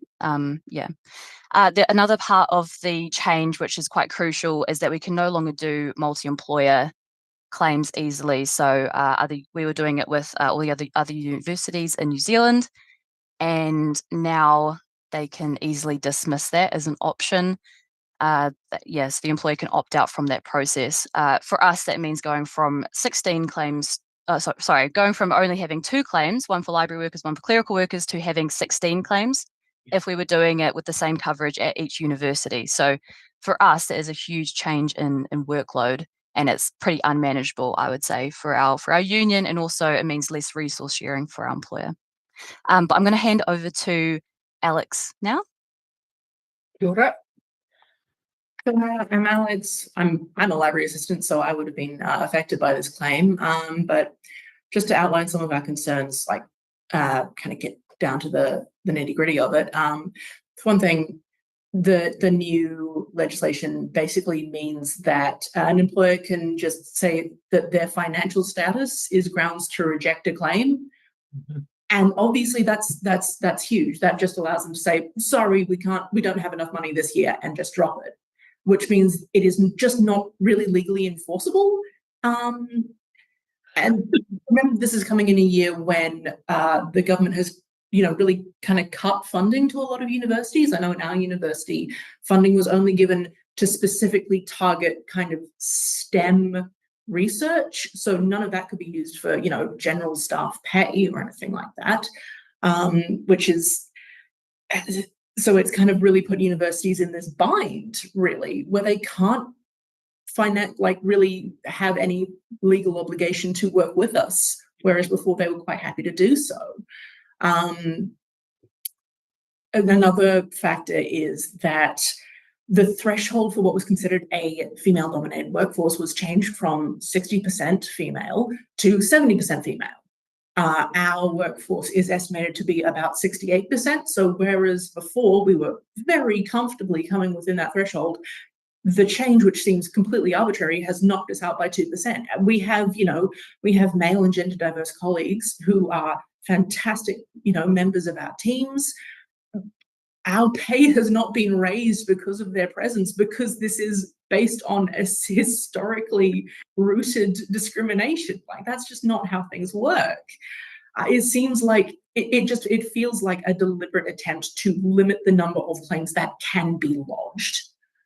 And a third factor is that we no longer have comparators outside of our library domains or our administrative staff domains, which feels like the law of pay equity has been redefined out of existence. This is pay parity. If your only comparators can come from within your sector and your entire sector is undervalued because it's women's work, you don't have comparators that can actually lift people out of that discriminated low pay band. So I'll hand it over to Jamie now. Kia ora. Kia ora. So I'm going to be talking a little bit about how this has personally impacted us, and it has a really profound effect on library assistants. All we really want is to be able to afford basic human things like going to the dentist or the doctor, insurance, paying our rent, things that every New Zealander should be able to afford with their job. Another thing is a lot of library assistants have to have some kind of tertiary qualification to even be considered for the job, which means that a lot of us have a huge student loan because we've had to get these degrees to become library assistants. Maddie has mentioned a lot of this in her personal impact statement in our submission, and she has unfortunately since left her role as a library assistant at Victoria University. She's had to move cities entirely for this new job to be able to stay in the library sector, which is where she wants to be. Pay equity was a factor in Maddie's decision. It was also a lot of feeling that there was no hope for her future in her previously held position, and we deserve to be able to feel as though our library assistant jobs are viable decisions for our futures, that we can afford basic human rights. Kia ora. I can just wrap out our talking bit. We just really want to push that our work is valuable to our sector, to our employer. We do really great work in our university, and we really enjoyed and I think felt really positive about working with our employer in this way. It was really great. But of course, now we are seeing that their ability to make good decisions as their employer is being tied to political will, which is really unfortunate. Kia ora. Kia ora. Thank you very much for coming in and taking the time to write quite a substantial submission today. One of my earliest union experiences was as a library assistant at Auckland University. so I'm really relating to your submission. And, what's the impact on the morale of everyone in your library? To be honest, we're seeing a lot of turnover at the moment in our library, especially in the library assistant group. I mean, there's a lot of young people going overseas anyway, but when your pay isn't moving and there's no progression, a lot of people just leave. They leave the industry, they leave the country. It's pretty low. I think even for us who've been working on pay equity, it's been pretty rough. Like all your work for the last 3 years, I know it's longer for other areas, but even 3 years for us, it's quite depressing. And it makes it very difficult when because I'm a branch president as well. So I go into conversations with our VC and stuff and it's really nice to hear that they're ethically, in favor of pay equity and they want to help their staff, but they just feel like they have financial limitations that prevent them from doing so. And does it impact people right up the scale? Or is it? So our claim, so we're mainly talking to library, I guess, but for example, in our space, our claim was only for the library assistants and library advisors. We hadn't officially decided the full coverage, but it was more the lower paid staff groups because they were really the priority, and they were also more predominantly female dominated historically. So I'm a subject librarian and my pay is quite a bit higher. But it's still, for the industry, not great. Yeah, kia ora. Lynn would like to ask a question. Thank you. You've really more or less answered my question in your last statement, but I just want to say how sad I am for you and how much you are valued. But also just in terms of your relationship with the employer, they understood the principles of pay equity, they were on board, everything was fine, and now they've opted out, for reasons that they'd put to you that are slightly beyond their control, but ultimately because they can. Is that correct? And those are both things that have happened with the new legislation. Yeah, so we cannot re-raise our claim because of the new legislation. So that's a starting point, right? So even if we wanted to, say, fight them on it or something, we couldn't, right? So we don't have the legal grounds to do so. But they've cited their financial reasons, which, for us, we've got our own financial reasons why we want pay equity, and I think also gender discrimination isn't welcome in New Zealand. I think that's a good starting point to agree on, but that's where we're at the moment. Thank you. Thanks. Steve would like to ask a question. Yes, it's a sad story, really. It disturbs us all. When you said also that you've gone from 2 claims to 16 and it excludes multi-employer contracts, is there a way would you ever recommend that you work wider and go out to work with other library assistants that work in the health sector, Crown Research? Is that a help? I think for us, staying just with university library assistants is really valuable because I've worked in both public library and tertiary libraries, and the work is quite different, I find. So I find when I worked at public, there was a lot of social work you do, a lot of dangerous situations, right? So it was quite, I think, a different set of skills. There's similarities, of course, it's both library work, but I think technical skills can be similar, but they had quite different social skills that were required, I think. For us, we have different research skills and technical skills that are required because we're in a university research setting. So that's not on. Okay. Yeah, I think, something like there's other places similar, like law library research work that can be similar to us in some ways. And Crown Research, that's Crown why Research, I mentioned hospitals were subject matter researchers that I was used to when we went in to get information, radiology, all those sort of specialty. Is that just off the table or too hard? Our understanding is we can no longer do multi-employer. So we could only ever do it. So for us, we'd only ever be able to do a claim just with Victoria University. Right. So, Thank you, or, Hannah. it would have to be each individual one. And it also says you can opt out of multi-union claims. So Yeah. at the moment, our claims are with TIESA, TEU, and PSA, because we Yeah. have members from all of Yeah. those. So we would have to choose the predominant union, I guess, and hope that everyone could be part of the process regardless. Oh, hang in there. Thank you. Yes, kia ora. Thank you very much again for taking the time to write such a good submission in to the three of you for contributing today. It's been great to hear from you. Thank you very much. And for the committee, we'll now welcome our next submitter, who is from the Working Women's Resource Centre, Fiona, I believe, from WWRC. Kia ora, Fiona.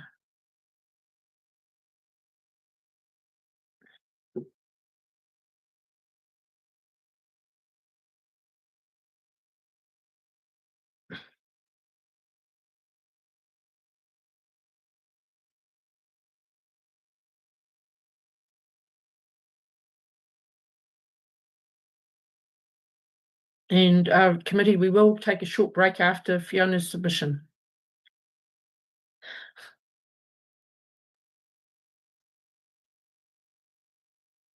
Fiona, we can't hear you. Audio's off. Kia Kia ora. Tēnā koutou Welcome. katoa. Ko Fiona Johnston ahau, no Tamaki Makaurau ahau. My family is tangata tiriti. My mother's great-grandmother was Lydia Bauman, who came to Nelson Whakatū from Australia in 1859 when she was 20. Lydia had been born in New South Wales, where both of her parents had been transported as convicts. Lydia's mother was Ellen Timpson from Liverpool. And in 1829, when she was 17 and living with her sister in London, Ellen was found guilty of the theft of a watch and transported to New South Wales for life. Ellen was one of the ringleaders of an attempted breakout of the female factory in Parramatta, and she was subsequently sent to Newcastle jail and was then assigned to work as a labourer on an estate in the Hunter Valley. When she died at the age of 47 in Dungog, Ellen was the mother of 7 living children and had been widowed 3 times. And as I said, her daughter Lydia came to Nelson when she was 20. My father's great-grandmother was Jemima Haining, and she came to the Rangatike in Manawatu from Dumfriesshire in Scotland at the age of 42. When she left Scotland, Jemima was a widow with 4 daughters, each of whom had different fathers, and she married only once, to the father of her 3rd daughter, who was my father's grandmother. Her husband had died in 1860, and in 1861, her 4th daughter was born, and soon after the family became homeless because the farm lease, which had been held by her dead husband, expired. In 1862, the family immigrated to Aotearoa, New Zealand, where they landed in Port Nicholson, a week after her baby daughter had died at sea. Although Jemima's life doesn't seem quite as historically eventful as Ellen's, like so many people, many women we know and love, Jemima was obviously a woman of great courage and determination. Tēnā koutou, tēnā koutou, tēnā tātou katoa. The Working Women's Resource Centre recommends that the current coalition government apologise to the women of Aotearoa, New Zealand, for denying our rights to fair pay by enacting the Equal Pay Amendment Act of 2025. Thanks. We'll move to the next slide.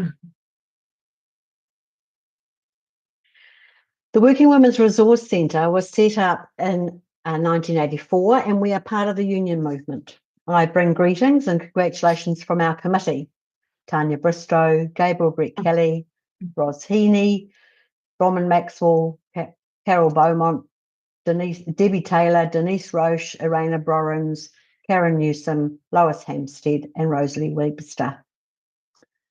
The Centre's purposes include promoting the implementation of the Working Women's Charter, preparing, collecting and distributing educational resources on women and industrial issues for women, trade unions and the community. For the past 40 years, the Resource Centre has been providing advice over the phone and in person, running courses and seminars, and has developed and distributed a range of pamphlets, posters and guides. We were a founding member of PECA, along with the Auckland Women's Centre, the PSA and TEU. So if you move to the next slide, please. One of the resources we have produced is our Working Women's History poster series. And our submission is based on that series, and it highlights the specific activities involved in women's struggle for equal pay since 1840. And it's striking to see how the work of the Select Committee is keeping up the momentum which was started generations ago. So in the 1860s, New Zealand women started to lobby for voting rights because they knew, as we do, that members of parliament don't listen to non-voters. They often don't seem to listen to voters either, but they certainly don't listen to non-voters. So thanks, we'll go to the next slide. The second poster covers between 1876 and 1913. And in the 1890s, women teachers, nurses, doctors and headmistresses and hospital matrons, they all began their own organisations. And in 1896, the NCW met for the first time and, of course, included discussion on equal pay for equal work. Thanks. Next slide. Third poster, 1914 to 1945. There was a bit more detail in here. There was the first women's minimum wage was set, and private sector unions like the Clerical Workers Union tried to get equal pay through arbitration court awards. During the Second World War in I think it was about 1941, women trammies were the first to be paid equally with men. And towards the end of the war, the PSA's equal pay campaign started with the formation of PSA women's committees. Next slide. So the 1940s to 50s and 60s, you can see the Council for Equal Pay and Opportunity was set up. The Government Service Equal Pay Act was enacted. There was equal pay campaigns were broadened to the private sector, and a wonderful win for Christchurch hotel workers resulted in an 83% pay rise for women hoteliers. Thanks. Next slide. In 1972, the government enacted the Equal Pay Act. CVEP was formed. The Labor government in 1990, the Labor government enacted the Employment Equity Act, which was repealed shortly after National was elected in 1991. Thanks. Next slide. This is our last poster. It's time we did it from 2018 onwards. But of course, the big thing in 2013 was Christine Bartlett winning her case against her employer Terra Nova, and then subsequently a number of pay equity settlement agreements that have flowed through to some in the public sector in particular. Next slide. So here we are, marching on. Last Friday, of course, was the 128th anniversary of the women's suffrage petition, and I chose this to illustrate this page because it contains my maternal great-grandmother's signature. She's third from the bottom, Lena Robertson of Castlecliff and Wanganui. Everyone who lives in Aotearoa, New Zealand, whether we were born here or whether we immigrated here, is part of and benefits from the proud tradition of determined women. This year's shameful Equal Pay Amendment Act won't, indeed can't, change that tradition or that determination. And of course, as it says on the T-shirt, a woman's place is in the struggle. Nō reira e hoa mā, me mutu i konei. And that's the end of our presentation. Oh, kia ora, Fiona. Thanks to you and the committee for giving such a beautiful historical overview, kind of a meta view of where we've come from, and including your own ancestors and all our women, our foremothers in the struggle. It's thanks to you and all the people on the committee. What a group. What a fantastic group you are. Yeah. Okay, Lynn's got a question. Kia ora, Lynn. Kia ora, Fiona. You forgot to mention the Union Maid Choir that was part of it too. Well, it's not. Yeah, that's true. We haven't got on that. As I said, we based it on the posters, and so the Union Maid is not quite history yet. Oh. But anyway, yes. So the Union Maid Choir is a strong part of the union movement in Auckland in particular. Yeah, and it was fantastic at the rally on the weekend. Great. Look, I do have a question. You've got a really broad group of extraordinary women working on your resource centre, and also members as well.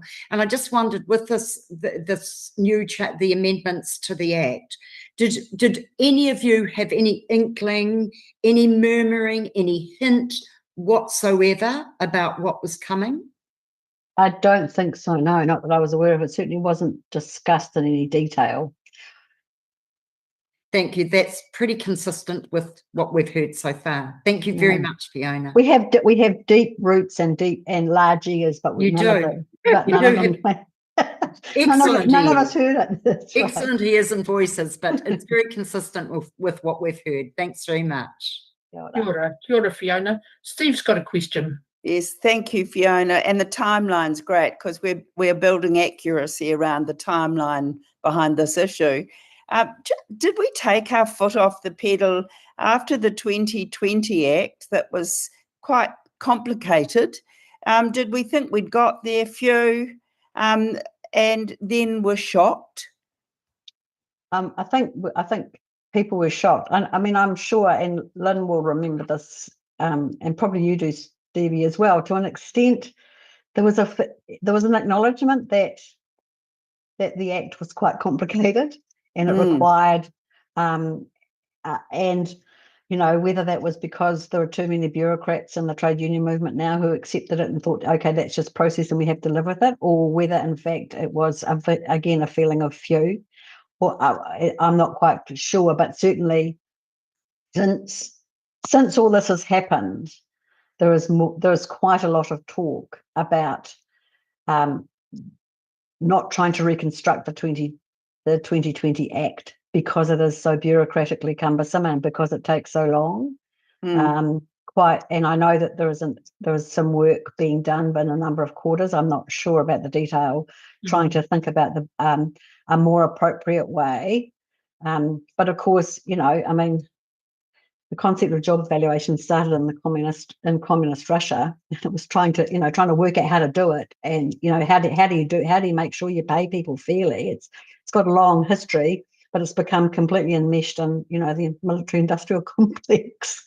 So how do you react? So how does your movement react to those statements that we hear from Minister Van Velden that we're making it simpler, pay equity still there, it was overly complex? We need a barrage of responses to that are simply understood. Do you think it's that the public has lost their understanding, whereas those of us informed have got it? I don't feel as if I have got I personally have got a clear enough grasp on those issues in that sense. I don't know. I don't have any suggestions about the clear message.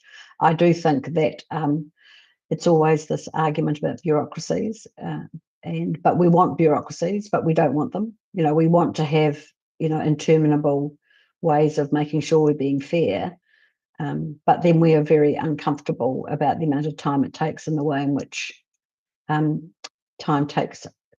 takes so long. So no, I don't have an answer, and I think there are better people to answer than that. And they have. Than me, and they have. Excellent, good. I'm with her.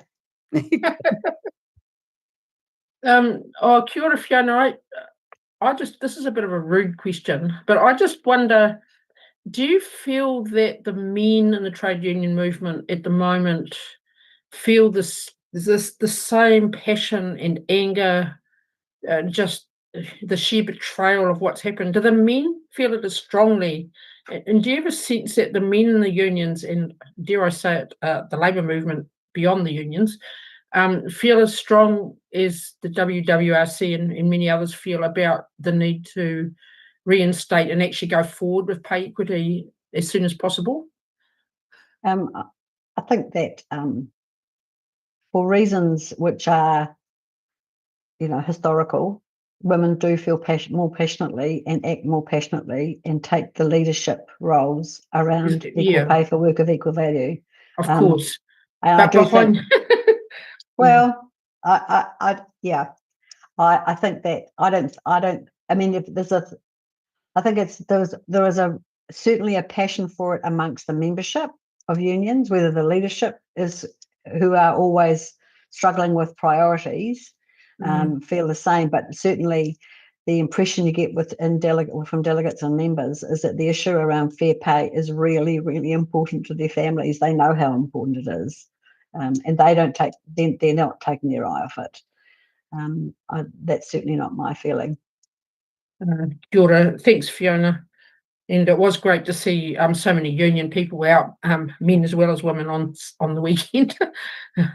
Are there any, I don't think there's any other questions. So the committee's going to thank you so much to you and your colleagues for making the submission, and to you for coming along today.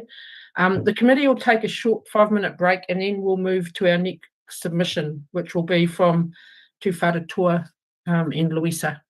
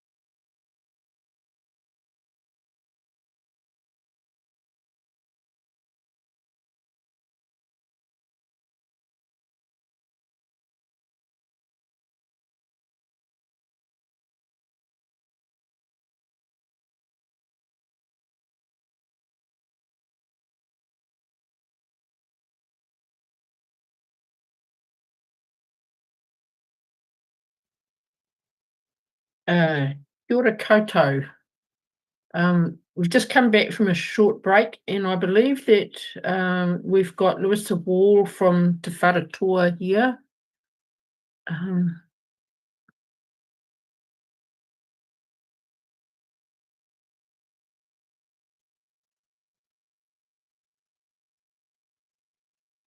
Kia ora, Louisa. Oh, great to see you. Thanks for coming to our People Select Committee. Thank you for having me and for providing this platform for women's voices to be heard. It's very important. Right, kia ora. So go for it, and I think we've got 15 minutes at the most, and say whatever you'd like, and there may be questions. Kia ora. Awesome. I do have a kōrero, so tēnā koutou e te committee. It's a pleasure for me to join you this afternoon as the chair of the Tūwharetoa Iwi Māori Partnership Board. And for context, the Iwi Māori Partnership Boards were created as a consequence of the Y2575 inquiry into health services and outcomes for Māori. So I'd like to acknowledge all those Y2575 wahine toa, a lot of them, because IMPBs were created as a consequence, and we were seen as a solution to Māori health inequities in the health system. So under the Pai Ora Healthy Futures Act of 2022, and IMPBs represent iwi, hapu and whānau in the health system, turning local priorities into community health plans, holding the health system accountable, and ensuring that services reflect Māori needs and te tiriti obligations. So once again, I just want to thank you for this opportunity to speak on the recent amendments to the pay equity legislation and their disproportionate impact on Māori, particularly wahine Māori, who are overrepresented in low-paid, feminised and undervalued sectors, including health, aged care, education and social services. So the Crown has an obligation under Te Tiriti o Waitangi to uphold equity for Māori, and pay equity from our perspective is a cornerstone of that commitment. The retrospective amendments recently passed undermine both the intent and substance of Te Tiriti obligations by invalidating the 33 active pay equity claims, many of which involve Māori workers, raising the evidential burden on claimants while reducing employer accountability, limiting access to back pay and fair redress for historical undervaluation. So these changes were not neutral. They restrict access to justice for Māori workers, particularly wahine Māori, who have long borne the sharp edge of economic inequity. So pay equity is not only a labour market issue, it is a determinant of hauora. When wahine Māori are denied fair pay for mahi that sustains whānau and communities, the effects are intergenerational. Whānau incomes are suppressed, housing, education and nutrition are compromised, whānau order strategies are undermined by systemic underpayment of kaimahi who serve them. So we have seen this played out starkly in recent weeks. Nurses, midwives and healthcare assistants, many of them wahine Māori, have walked off the job in nationwide strike action, demanding fair pay and safer staffing levels. At the NZIER conference in Wellington last week, delegates turned their backs on the health minister during his speech. This was not a moment of disrespect. It was a visible protest against systemic undervaluation and chronic underfunding of essential services. Infometrics data confirms hospitals are short on an average of 587 nurses per shift. Te Whatu Orders claims that hospitals are adequately staffed are simply not supported by the evidence. The shortage is even more pronounced for iwi and Māori health providers. According to a September 2025 Infometrics report prepared for NZNO, Māori and iwi providers had 841 nurses in 2023, representing only 551 full-time equivalents because of high part-time work. To keep pace with projected Māori population growth, this workforce must increase by at least 128 FTEs. But these providers are struggling to recruit and retain nurses. Why? Because of short-term and fragmented government funding, lower pay rates and restrictions on their ability to raise fees given their whānau are often on low incomes. One Māori provider reported being unable to fulfil 2 vacant positions for more than 8 months. So despite Māori making up nearly 20% of the populations, this year's health budget allocated only 2.7% to Hauora Māori services. This gross underfunding undermines both pay equity and the sustainability of Māori health workforce. These staffing shortages directly affect community access to healthcare. Surgeries are delayed, appointments are missed, and whānau face longer waits for critical care. Pay equity is therefore not just a worker issue, it is a public health issue. The government presents these changes as necessary for fiscal responsibility, but the decision to make pay equity claims harder or to halt them entirely is not a neutral economic imperative. It is a political choice, a decision about what the government values and prioritises. The reality is that essential workers, many of them wahine Māori, are being denied fair pay while the government chooses to direct substantial resources elsewhere. Tax cuts, adjustments disproportionately benefit high-income earners, while those in low-paid, feminised sectors see their pay equity claims delayed or invalidated. Business incentives such as accelerated depreciation on capital investments primarily advantage larger corporations rather than frontline workers. Targeted funding for sectors like the international film industry demonstrates a willingness to spend hundreds of millions to attract overseas production, while essential care and education work remains undervalued and underpaid. At the same time, iwi and Māori health providers who deliver services proven to be more responsive to and effective for whānau cannot compete for staff because of chronic underfunding. This underlines the inequity in current fiscal priorities. Justice for Māori workers and women-dominated workforces is being sacrificed, not because it is unaffordable, but because the government has made a conscious choice to allocate resources elsewhere. So finally, Tū Wharetoa Iwi Māori Partnership Board urges this committee to recommend repeal of retrospective provisions in the new legislation, reinstate a fair, accessible and well-resourced pay equity process, highlighting particularly Māori-dominant sectors servicing Māori communities, require government departments and funders to apply pay equity principles across contracted services, including Māori and iwi providers, and uphold Te Tiriti o Waitangi in all legislative reform processes through genuine partnership with iwi and affected communities. So this is not about technical definitions or comparator hierarchies. It's about justice. It is about recognising and valuing the labour of wahine Māori and all women who work in low-paid, feminised and undervalued sectors. It is about ensuring that government systems do not reinforce historical undervaluation under the guise of reform. And it is about protecting community access to essential services, including healthcare, which is directly undermined when the workforce sustaining it is undervalued and underpaid. That's my submission, and I welcome any questions you may have. Kia ora. Oh, kia ora, Louisa. That's fantastic. Steve's got a question. Oh, kia ora, Louisa, and it's wonderful to know you're doing that work out there with the iwi Māori partnership boards. But we hear all the time that even in your sector, nurse-led practices are picking up the slack, really, like the shock absorbers for shortages of GPs, and nurse practitioners and kaiawhina are doing the work anyway. How sustainable is that? And have you made that clear to the Māori Advisory Board?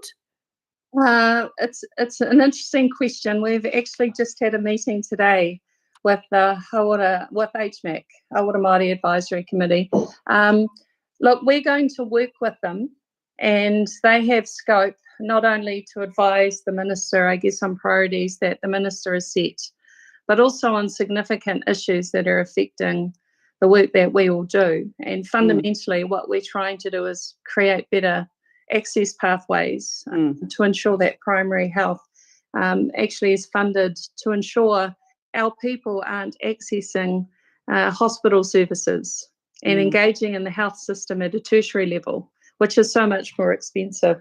But at the heart of what we're trying to do is actually to create iwi service provision. Yeah. And that's an aspiration for Tū Wharetoa Iwi Māori Partnership Board. So it's been quite interesting reading just over the last couple of weeks, and the fact that the government is engaging in 10-year service contracts, for example, with private hospitals. We'd love them to give iwi 20-year service contracts and have a partnership with us so that we can develop the health facilities and the health infrastructure that will ensure our people access them. I mean, the biggest barriers, as you would know, Stevie, is that our family, our whānau, don't trust the health system. And they health literacy is some of the problem, but most of it is they just have never felt welcome. They've never felt that the people who are caring for them or hold those clinical positions actually have a level of respect for them. And so the only way that we can rectify that is if we enable iwi to service their own people. And so our AMPB, I'll just share one more point. I mean, we've invested quite actively in nurses and midwives. So we've provided our own scholarships through the funding that we've been allocated. But at the heart of what we want to do is create a literal by for system, but for all the people who live within Tū Wharetoa Iwi Māori Partnership, Aotearoa. You know, we will care for everybody and anybody who lives within our tribal boundaries. So, you know, I hope you had a good listening from the Minister. Kia ora, Louisa. I think we've got time for just one more question, and I'm keen that Nanaia if Nanaia would like to ask you a question. Kia ora, Louisa. Thank you for your submission. I think in part you've alluded to what the answer is, but I want to make sure we're clear on your response. Understanding that there are multiple inequities, pay gap, service gap, access gap, and especially when it comes to Māori and, might I add, possibly Pacific communities. What's a treaty consistent solution to address the systemic gap that would cover the issues that you're speaking to? Well, it is to whakamana IMPBs. We represent iwi and hapu. We've been elected, or we've been, in my case, tasked with the responsibility by Tā Tumu. We have to sit around the table. We have to have a relationship with Health New Zealand. And that's also part of the issue we have currently is the mandate of IMPBs has changed from 2022. So there's a piece of legislation going through the House at the moment. We've survived, but actually we want to more than survive. We want to thrive, and we want to essentially help create, and I call this a demand-driven health system, where our whānau are so health literate and they have opportunities to access health that we behave a little bit, and this is going to be slightly controversial, but like the wealthy well, where we're going and seeking services. So it's not supplied to us. Actually, our communities understand the utility of what primary health and health prevention is, and it's provided to us in ways that we will access. So marae-based mobile services, our own, who are the clinicians, who we trust. I mean, it's a long-term vision, but from our perspective, that's a treaty compliant, and that would also apply to other communities where, you know, it's by them for them, because we are culturally competent to deal with our own. And ultimately that is the solution. But that's, you know, concerted investment and valuing of the role that hapu and iwi have to deliver health services for ourselves. And I think we're there. This government just doesn't see us as a partner, which we're offering to any political party, I have to say. Kia ora, Louisa. It's a great place to finish, I think. Thank you very much for taking the time to write your submission and to come and speak with us today. It's great to see you and hear from you. It's lovely to see you all too. So Kia ora. Kia ora. Kia ora. We're now going to welcome Charlotte Lawrence from the Victoria University Working Students.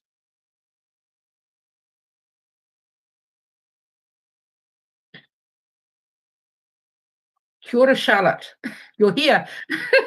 So, tēnā koutou. Can I be heard well? Yes. Brilliant. Welcome to the People's Select Committee on Pay Equity. Go for it. And leave a bit of time for people to ask questions. It's great to have you here. Brilliant. Tēnā koe, Sue. Tēnā koutou. Ko Charlotte tōku ingoa, and I represent Working Students Victoria University, Aotearoa Ngā Waka. We're incredibly grateful to be invited here to speak today.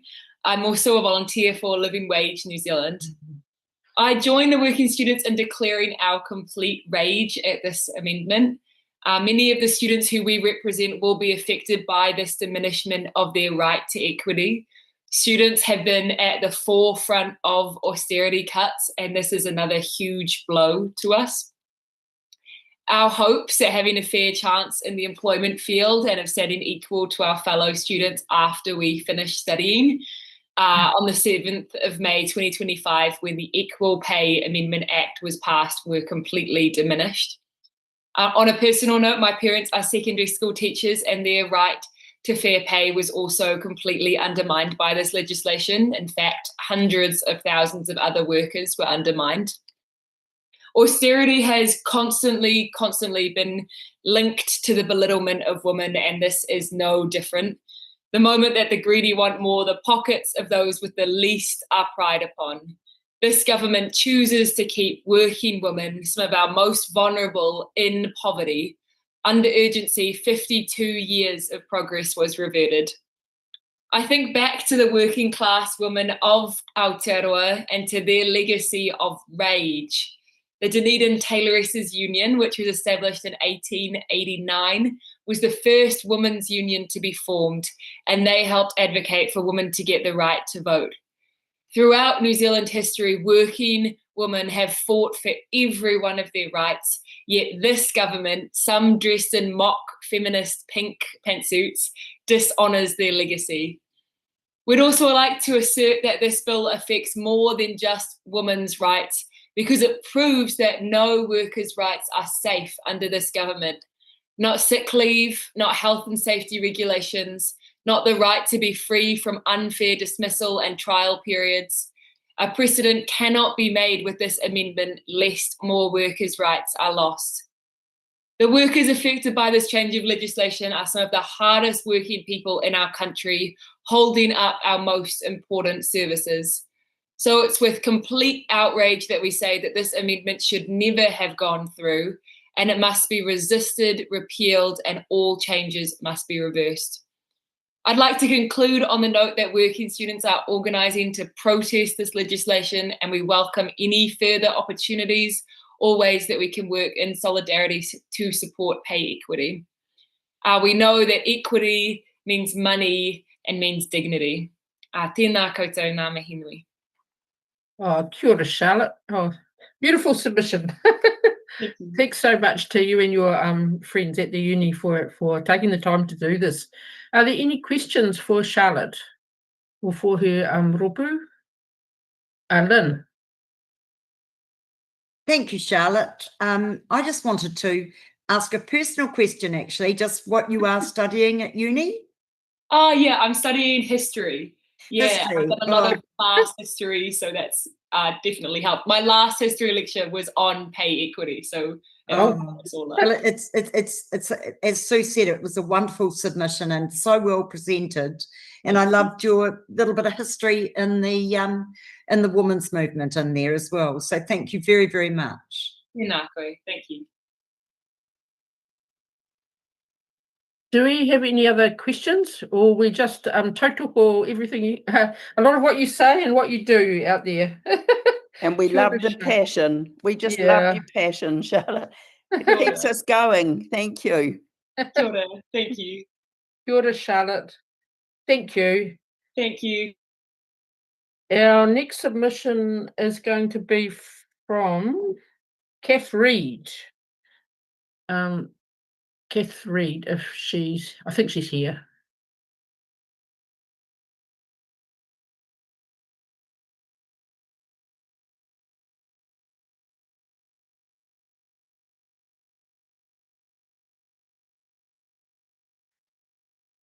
Kia ora. Kia ora. Can Welcome to the People's Select Committee on Pay Equity. Thanks for joining us.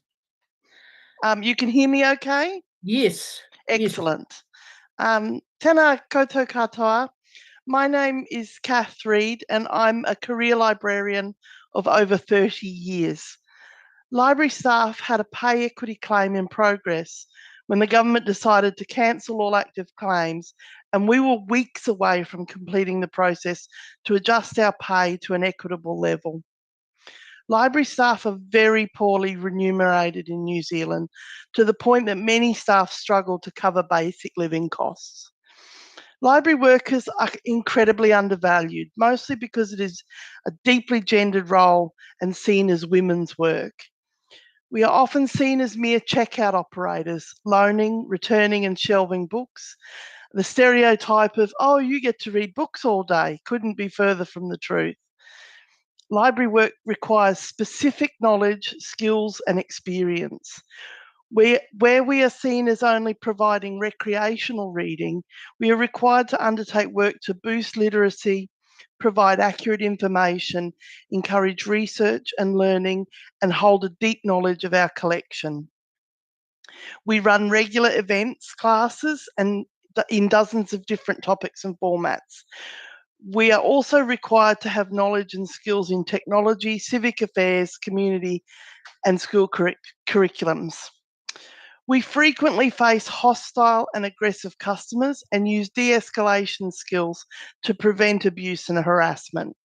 We support the entire community, from birth to death, homeless people, business customers, Māori and Pacifica people, migrants, the elderly, disabled people, and people with social and mental challenges. In a single 1-hour shift at the front desk, we may be asked to recommend a children's book, help with questions about building standards, assist with job seekers writing their CV, calm an angry customer, find appropriate te reo Māori resources, speak to a homeless person about personal hygiene, and constantly provide a friendly and welcoming face to every person who walks in the door of the library. When public services are cut, library staff pick up the slack, often being the go-to point for information once obtained from a resource that no longer exists or has the capacity to meet public needs. We provide workshops, events and classes to assist the public grow their skills in areas they are no longer able to get through schools, colleges or tech institutions. All of this demonstrates just how complex and challenging library work is and how vital library staff are to the community. I urge the government to reinstate all 33 claims for pay equity and to make the process for application for pay equity straightforward and transparent. Our work is not unskilled labour and we deserve fair pay for the work we do. Thank you. Oh, kia ora, Kath. Thanks very much for speaking, for taking the time to write and to submit in person and to share your own experience about working on the front line of the library. It's been a real eye-opener for the committee from your own and previous submissions to hear about what library life in the public libraries is like now. Mm-hmm. It's a far cry from what is commonly portrayed. And so good to hear the reality from those of you who are working on the front line and the impact of this, of what's happened with the government and pay equity is just so dreadful. So kia ora and thanks so much for being here today. Steve has a question. Yeah, I do, Kath, and thank you. We love our Te Aka Māori at home, and I know the work of the glue of the librarians with the community liaison role that you take. How long did it take you to do your claim, your equity claim, and how complex was it for you? It took a long time, actually. I had to sit down and write. I started out with a lot of bullet points, and that list of bullet points was very, very long. So my original claim, my original submission to write the pay equity claim took, I can't remember how long it took. And for the organisation to submit our full claim, it was almost 5 years we were in the process, you know. Mm. Mm. And are you finding librarians leaving? Absolutely. Absolutely. We're finding a really high turnover rate and a very high burnout rate. People are burning out rather than just deciding to leave because the pay isn't great. People love to be librarians and they commit to it. We're very passionate. It's a vocation. And to have it undervalued like this has been really difficult to keep people here and to keep people with us. Thank you, Kath. Kia ora, Kath. I don't think we've got any further questions, but thanks again for taking the time. It's been really good to hear from you. Wonderful. Thank you very much. Yeah. Thank you so much. Yeah. Thank you. Kia ora. Cheers. Kia ora. And for the committee, we are now going to hear from Terry Taylor, who's made a submission, of course. We look forward to hearing from Terry.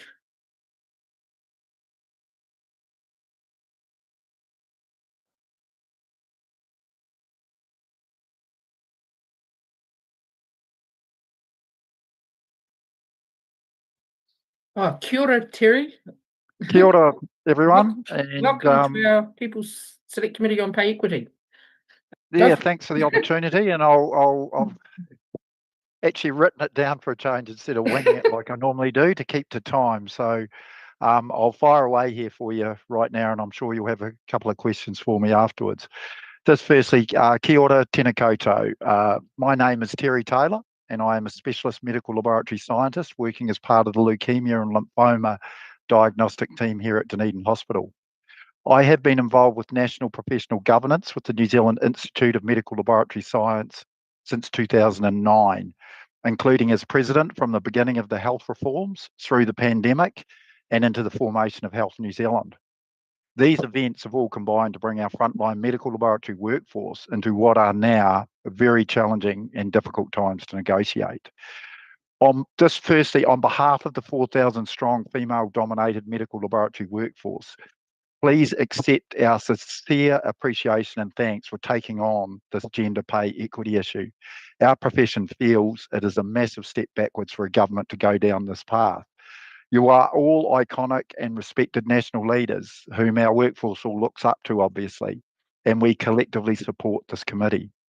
My own mother, many years past, would have sat beside you in collaborative defiance and would have ensured her voice was not suppressed on such a defining issue. I speak to you all today with her confidence and determination to fight for gender equality across female-dominated professions like ours and indeed all society. I will firstly relay a situation my own mother experienced in 1975.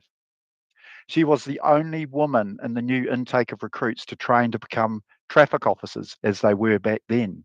She was deployed to Dunedin as the only woman on the roster.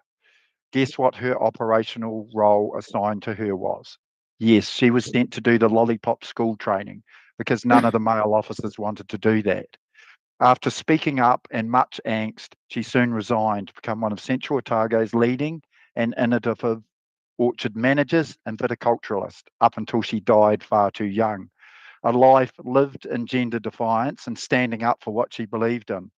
I'm pleased to say that light burns strongly in our family, especially in her granddaughter now. Our medical laboratory workforce is made up of some of the most brilliant scientific brains and system leaders.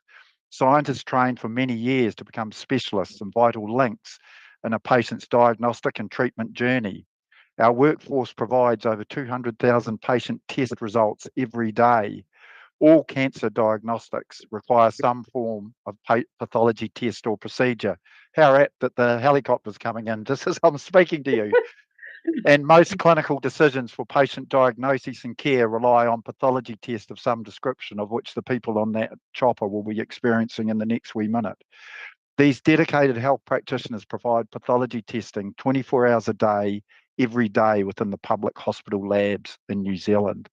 In the words of Her Excellency, our Governor-General, Dame Cindy Kiro, in 2023, when addressing our workforce post-pandemic, I want to take this opportunity to thank you on behalf of all New Zealanders for your immense work over the past 3 years to help keep us all safe, on top of the hugely important work you already do to help diagnose and treat those fighting illnesses across New Zealand.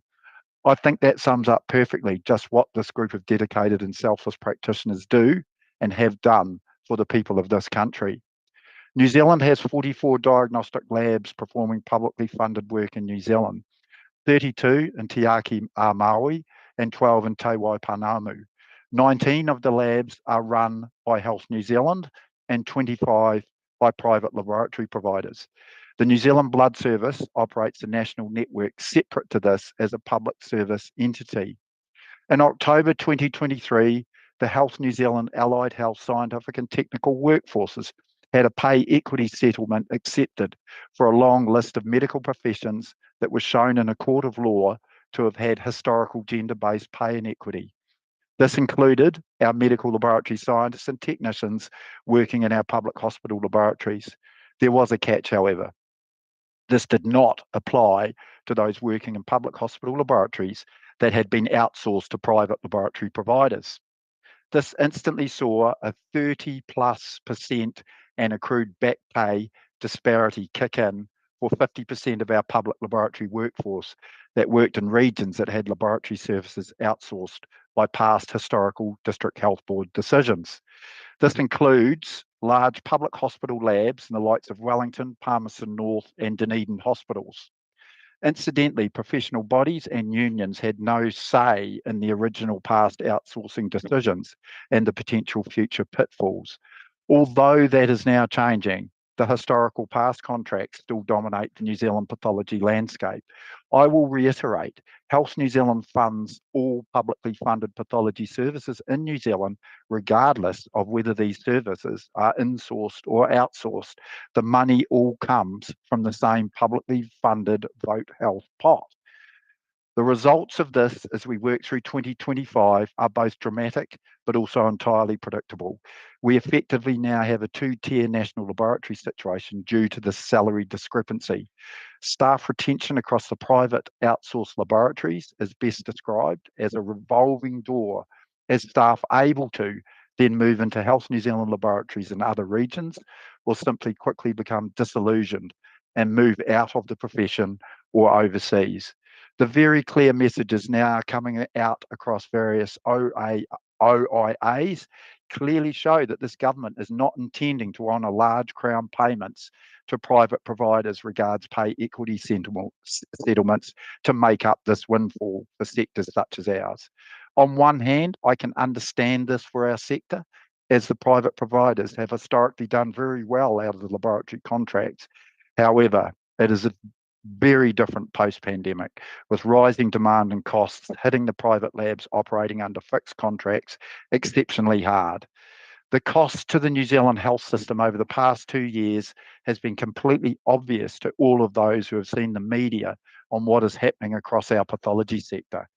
There have been multiple industrial actions that continue to this day, worrying service consolidation and cracks forming across our sector like never seen before.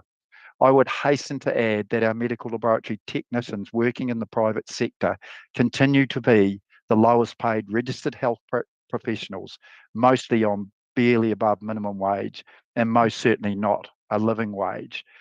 Most private lab workers have lost between 40,000 and 60,000 in wages and back pay compared to those doing exactly the same jobs in Health New Zealand run hospital labs since 2023. This is not okay. And quite frankly, is a national disgrace that this continues to be ignored. Yes, we have many other major issues to address over the next 12 to 18 months across our frontline pathology service governance and delivery, but this is one that doesn't need endless court and employment hearing proceedings to prove what we already know and was signed off by the government and Health New Zealand in 2023. Our private medical laboratory workforce is living every day with the ultimate gender inequity insult that simply would never be allowed to happen in a male-dominated profession.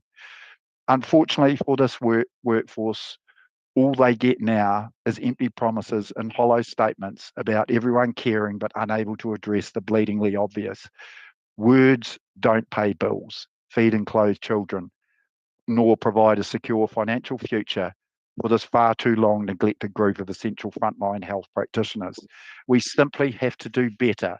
And instead of procrastination and excuses, how about a true commitment to look after our health practitioners? This is not okay. And quite simply, enough is enough. After all, it is 2025, not 1975. Ngā mihi nui. Oh, kia ora. Oh, what a strong submission. Thank you so much, Terry. Goodness. Okay, Steve has a question. I do, Terry. Thank you for a fabulous submission. Of those 200,000 tests per day, are we forced to send some overseas, offshore, to get them done? And what is happening with the workforce of skilled laboratory technicians and specialists? Okay, that's a really good question, Steve. Now, as far as those 200,000 tests, that's what's done in New Zealand, and I'll put it on the line here. This is a workforce that goes above and beyond, and you would have. I have heard many other professions talking in this committee about similar things. These are people that are dedicated health professionals. You know, they will stay to do the work to get it over the line. So no, I will say no, we would not send it away. We will stay and do it. I mean, I will stay here tonight and finish what's in front of me. My colleagues do exactly the same. And so that is how we get by, which is being preyed on in my mind, but never mind, that's the reality of working as a health professional. It has had a dramatic effect on retention of our workforce, particularly the really good specialised older people that are in our profession. Many of them have just had enough. They've been through the pandemic. They've seen this, particularly in the private sector. I have to say in the public sector, they are getting looked after better. But look, the time is upon us to actually reset the whole way we do pathology in New Zealand. And those of you that know me well will know that that's one of the big things that I'm advocating currently at the Health New Zealand and ministry level, and also with our politicians. But it is just like fighting for every little bit of morsel. Keep going. Kia ora. Marilyn. Kia ora, Terry, and thank you for an excellent submission. And I'm very pleased you wrote it out, because we'll be all wanting a copy of it. I'm welcome to send it on. It's recorded. Thank you. Now, what I want to ask you, it follows up a little bit from an earlier question and to another submitter. So with the men in your community, the men your age, let's say the men in the extended health system, etc., is pay equity on their horizon, or is it remote because it really doesn't concern them? You mean at a corporate management level? No, I'm just meaning at a communal level, like chatting in the tea room or whatever. Well, we as people like, so if you use me as an example, I'm working in this profession. I'm caught up in it like everyone else. I mean, the reality is I'm paid a heck of a lot less than someone doing exactly the same job as me in a Health New Zealand lab.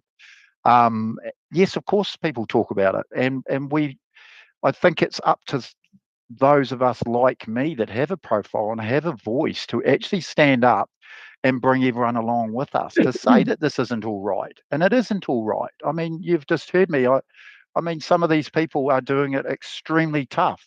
And these are, the mothers, the sisters, the grandkids of us all. It's really not fair, is it? And I think we're in a different situation than probably many of the submitters, as you would have gathered, Marilyn, because we've already got a line in the sand. We've already been shown that this has happened. So why on earth is it okay for 50% of the workforce to just go, okay, we'll just suck it up? That is not fair. Yeah, thank you very, very much. Really clear, Terry. Oh, sure. Cool. Leanne has a question. Yeah, I mean, you probably actually already answered it, but I haven't asked many questions. So, and I just wanted to say your mum would have been really proud of you. And my mum was a full-time, my mum was a qualified pharmacist, which was unusual for her age range. So she would have been really proud of your submission as well. So thank you for that. But there was so just to make it crystal clear, there was a pay equity claim that settled the allied health and scientific professions within Health New Zealand hospitals, but anyone who just tragically happens to work for a private corporate laboratory, they're not picked up in that. It only affects those that are directly employed by Health New Zealand. 100%, you've nailed it. So you can see, just back to what Marilyn said, the talk around the tea room is pretty obvious what it's about, isn't it? Yeah. Yeah, and what percentage of the private hospital laboratories or the contracted out ones, what percentage of them would be male, female? Oh, as the workforce, we are across the board round basically nearly 80% female workforce. Yeah, it doesn't change. Public sector to private sector. So we are predominantly in fact, well, I think we are actually one of the professions that's skewed, and so we're actually trying to get more males to come into the profession. It's just very, very difficult when you have this issue ongoing. Well, the irony is that, and we know this from experience, is that once you've got pay equity, then more men will consider it as an option. Yeah. Ooh. Yeah. Oh, well, no, I love my job, by the way, though, so I love doing what I do. And that's the trouble. We've heard submission after submission after submission, people telling us these stories and including, how much effort has gone into creating a pay equity claim only to have it completely wiped without any notice, and in a way that was retrospective, offending every aspect of sort of legislative procedure that you'd like to contemplate. Yeah. So we've heard that, but every single one of them said, "I love my job," and it's almost as if loving my job has become a trading point for, well, you can do it for a lot less, and that doesn't seem fair to me. So thank you very much. Agree totally. Kia ora, Leanne. Nanaya, I think the last question. Kia ora. Thanks for your submission, Terry. You made a comment earlier that the system isn't working for pathologists because of the way that the workforce is split, employed, and issues are addressed across the public-private sector. Can you just elaborate on a system fix in your mind that would be a more equitable way of addressing the challenge beyond pay equity? I would love to, but I've got to be careful I don't get into trouble, obviously, with my employer here. Without giving too much away, there are things on the table at Health New Zealand at the moment, which from our professional body, the New Zealand Institute of Medical Laboratory Science, has put there. Basically, it's a national structure delivered regionally, can include still the private sector there as well. There's no, but one of the big things we're missing, Nanaya, is leadership. We have no pathology operational leadership in New Zealand at a national level. So basically it's fragmented. It's up to the providers more than anything to start doing that. That is another one of the big things that you'll hear me in the media or wherever making a big song and dance about, because it's everywhere else. Like in Australia, they have leadership, UK, Europe, everywhere they have pathology leadership, except New Zealand. It just seems ridiculous how that was allowed to happen. So I'm certainly been pushing, or we have as a professional body with the pathologists as well, the scientists and the pathologists, both agree that we need to be around the table coming up with what works best for giving patient outcomes that we should be, but also the workforce and looking after the workforce. So I expect to see some big changes in the next 12 to 18 months. But for goodness sake, I've been fighting this battle now for nearly 10 years to give you an indication of how it's got. And you'll remember me from the pandemic. It was a constant thing that I was saying. If we have another pandemic tomorrow, I think we're in big trouble. How does that sound? We have lost so much experience. And actually you're crystal clear in your response, and with the research showing that the greater likelihood of having infectious diseases as a more frequent occurrence with the pandemic, you need the whole system to respond. Yep. But you've been Yeah. crystal clear. Thank you. Kia ora, Terry. Thanks so much for making your submission, both on paper and with us today. It's so powerful, so clear. Thank you very much. Thank you. Kia ora, thank Okay, you. kia ora, guys. Kia ora. And so our select committee hearing is finished for today. Thank you, everybody.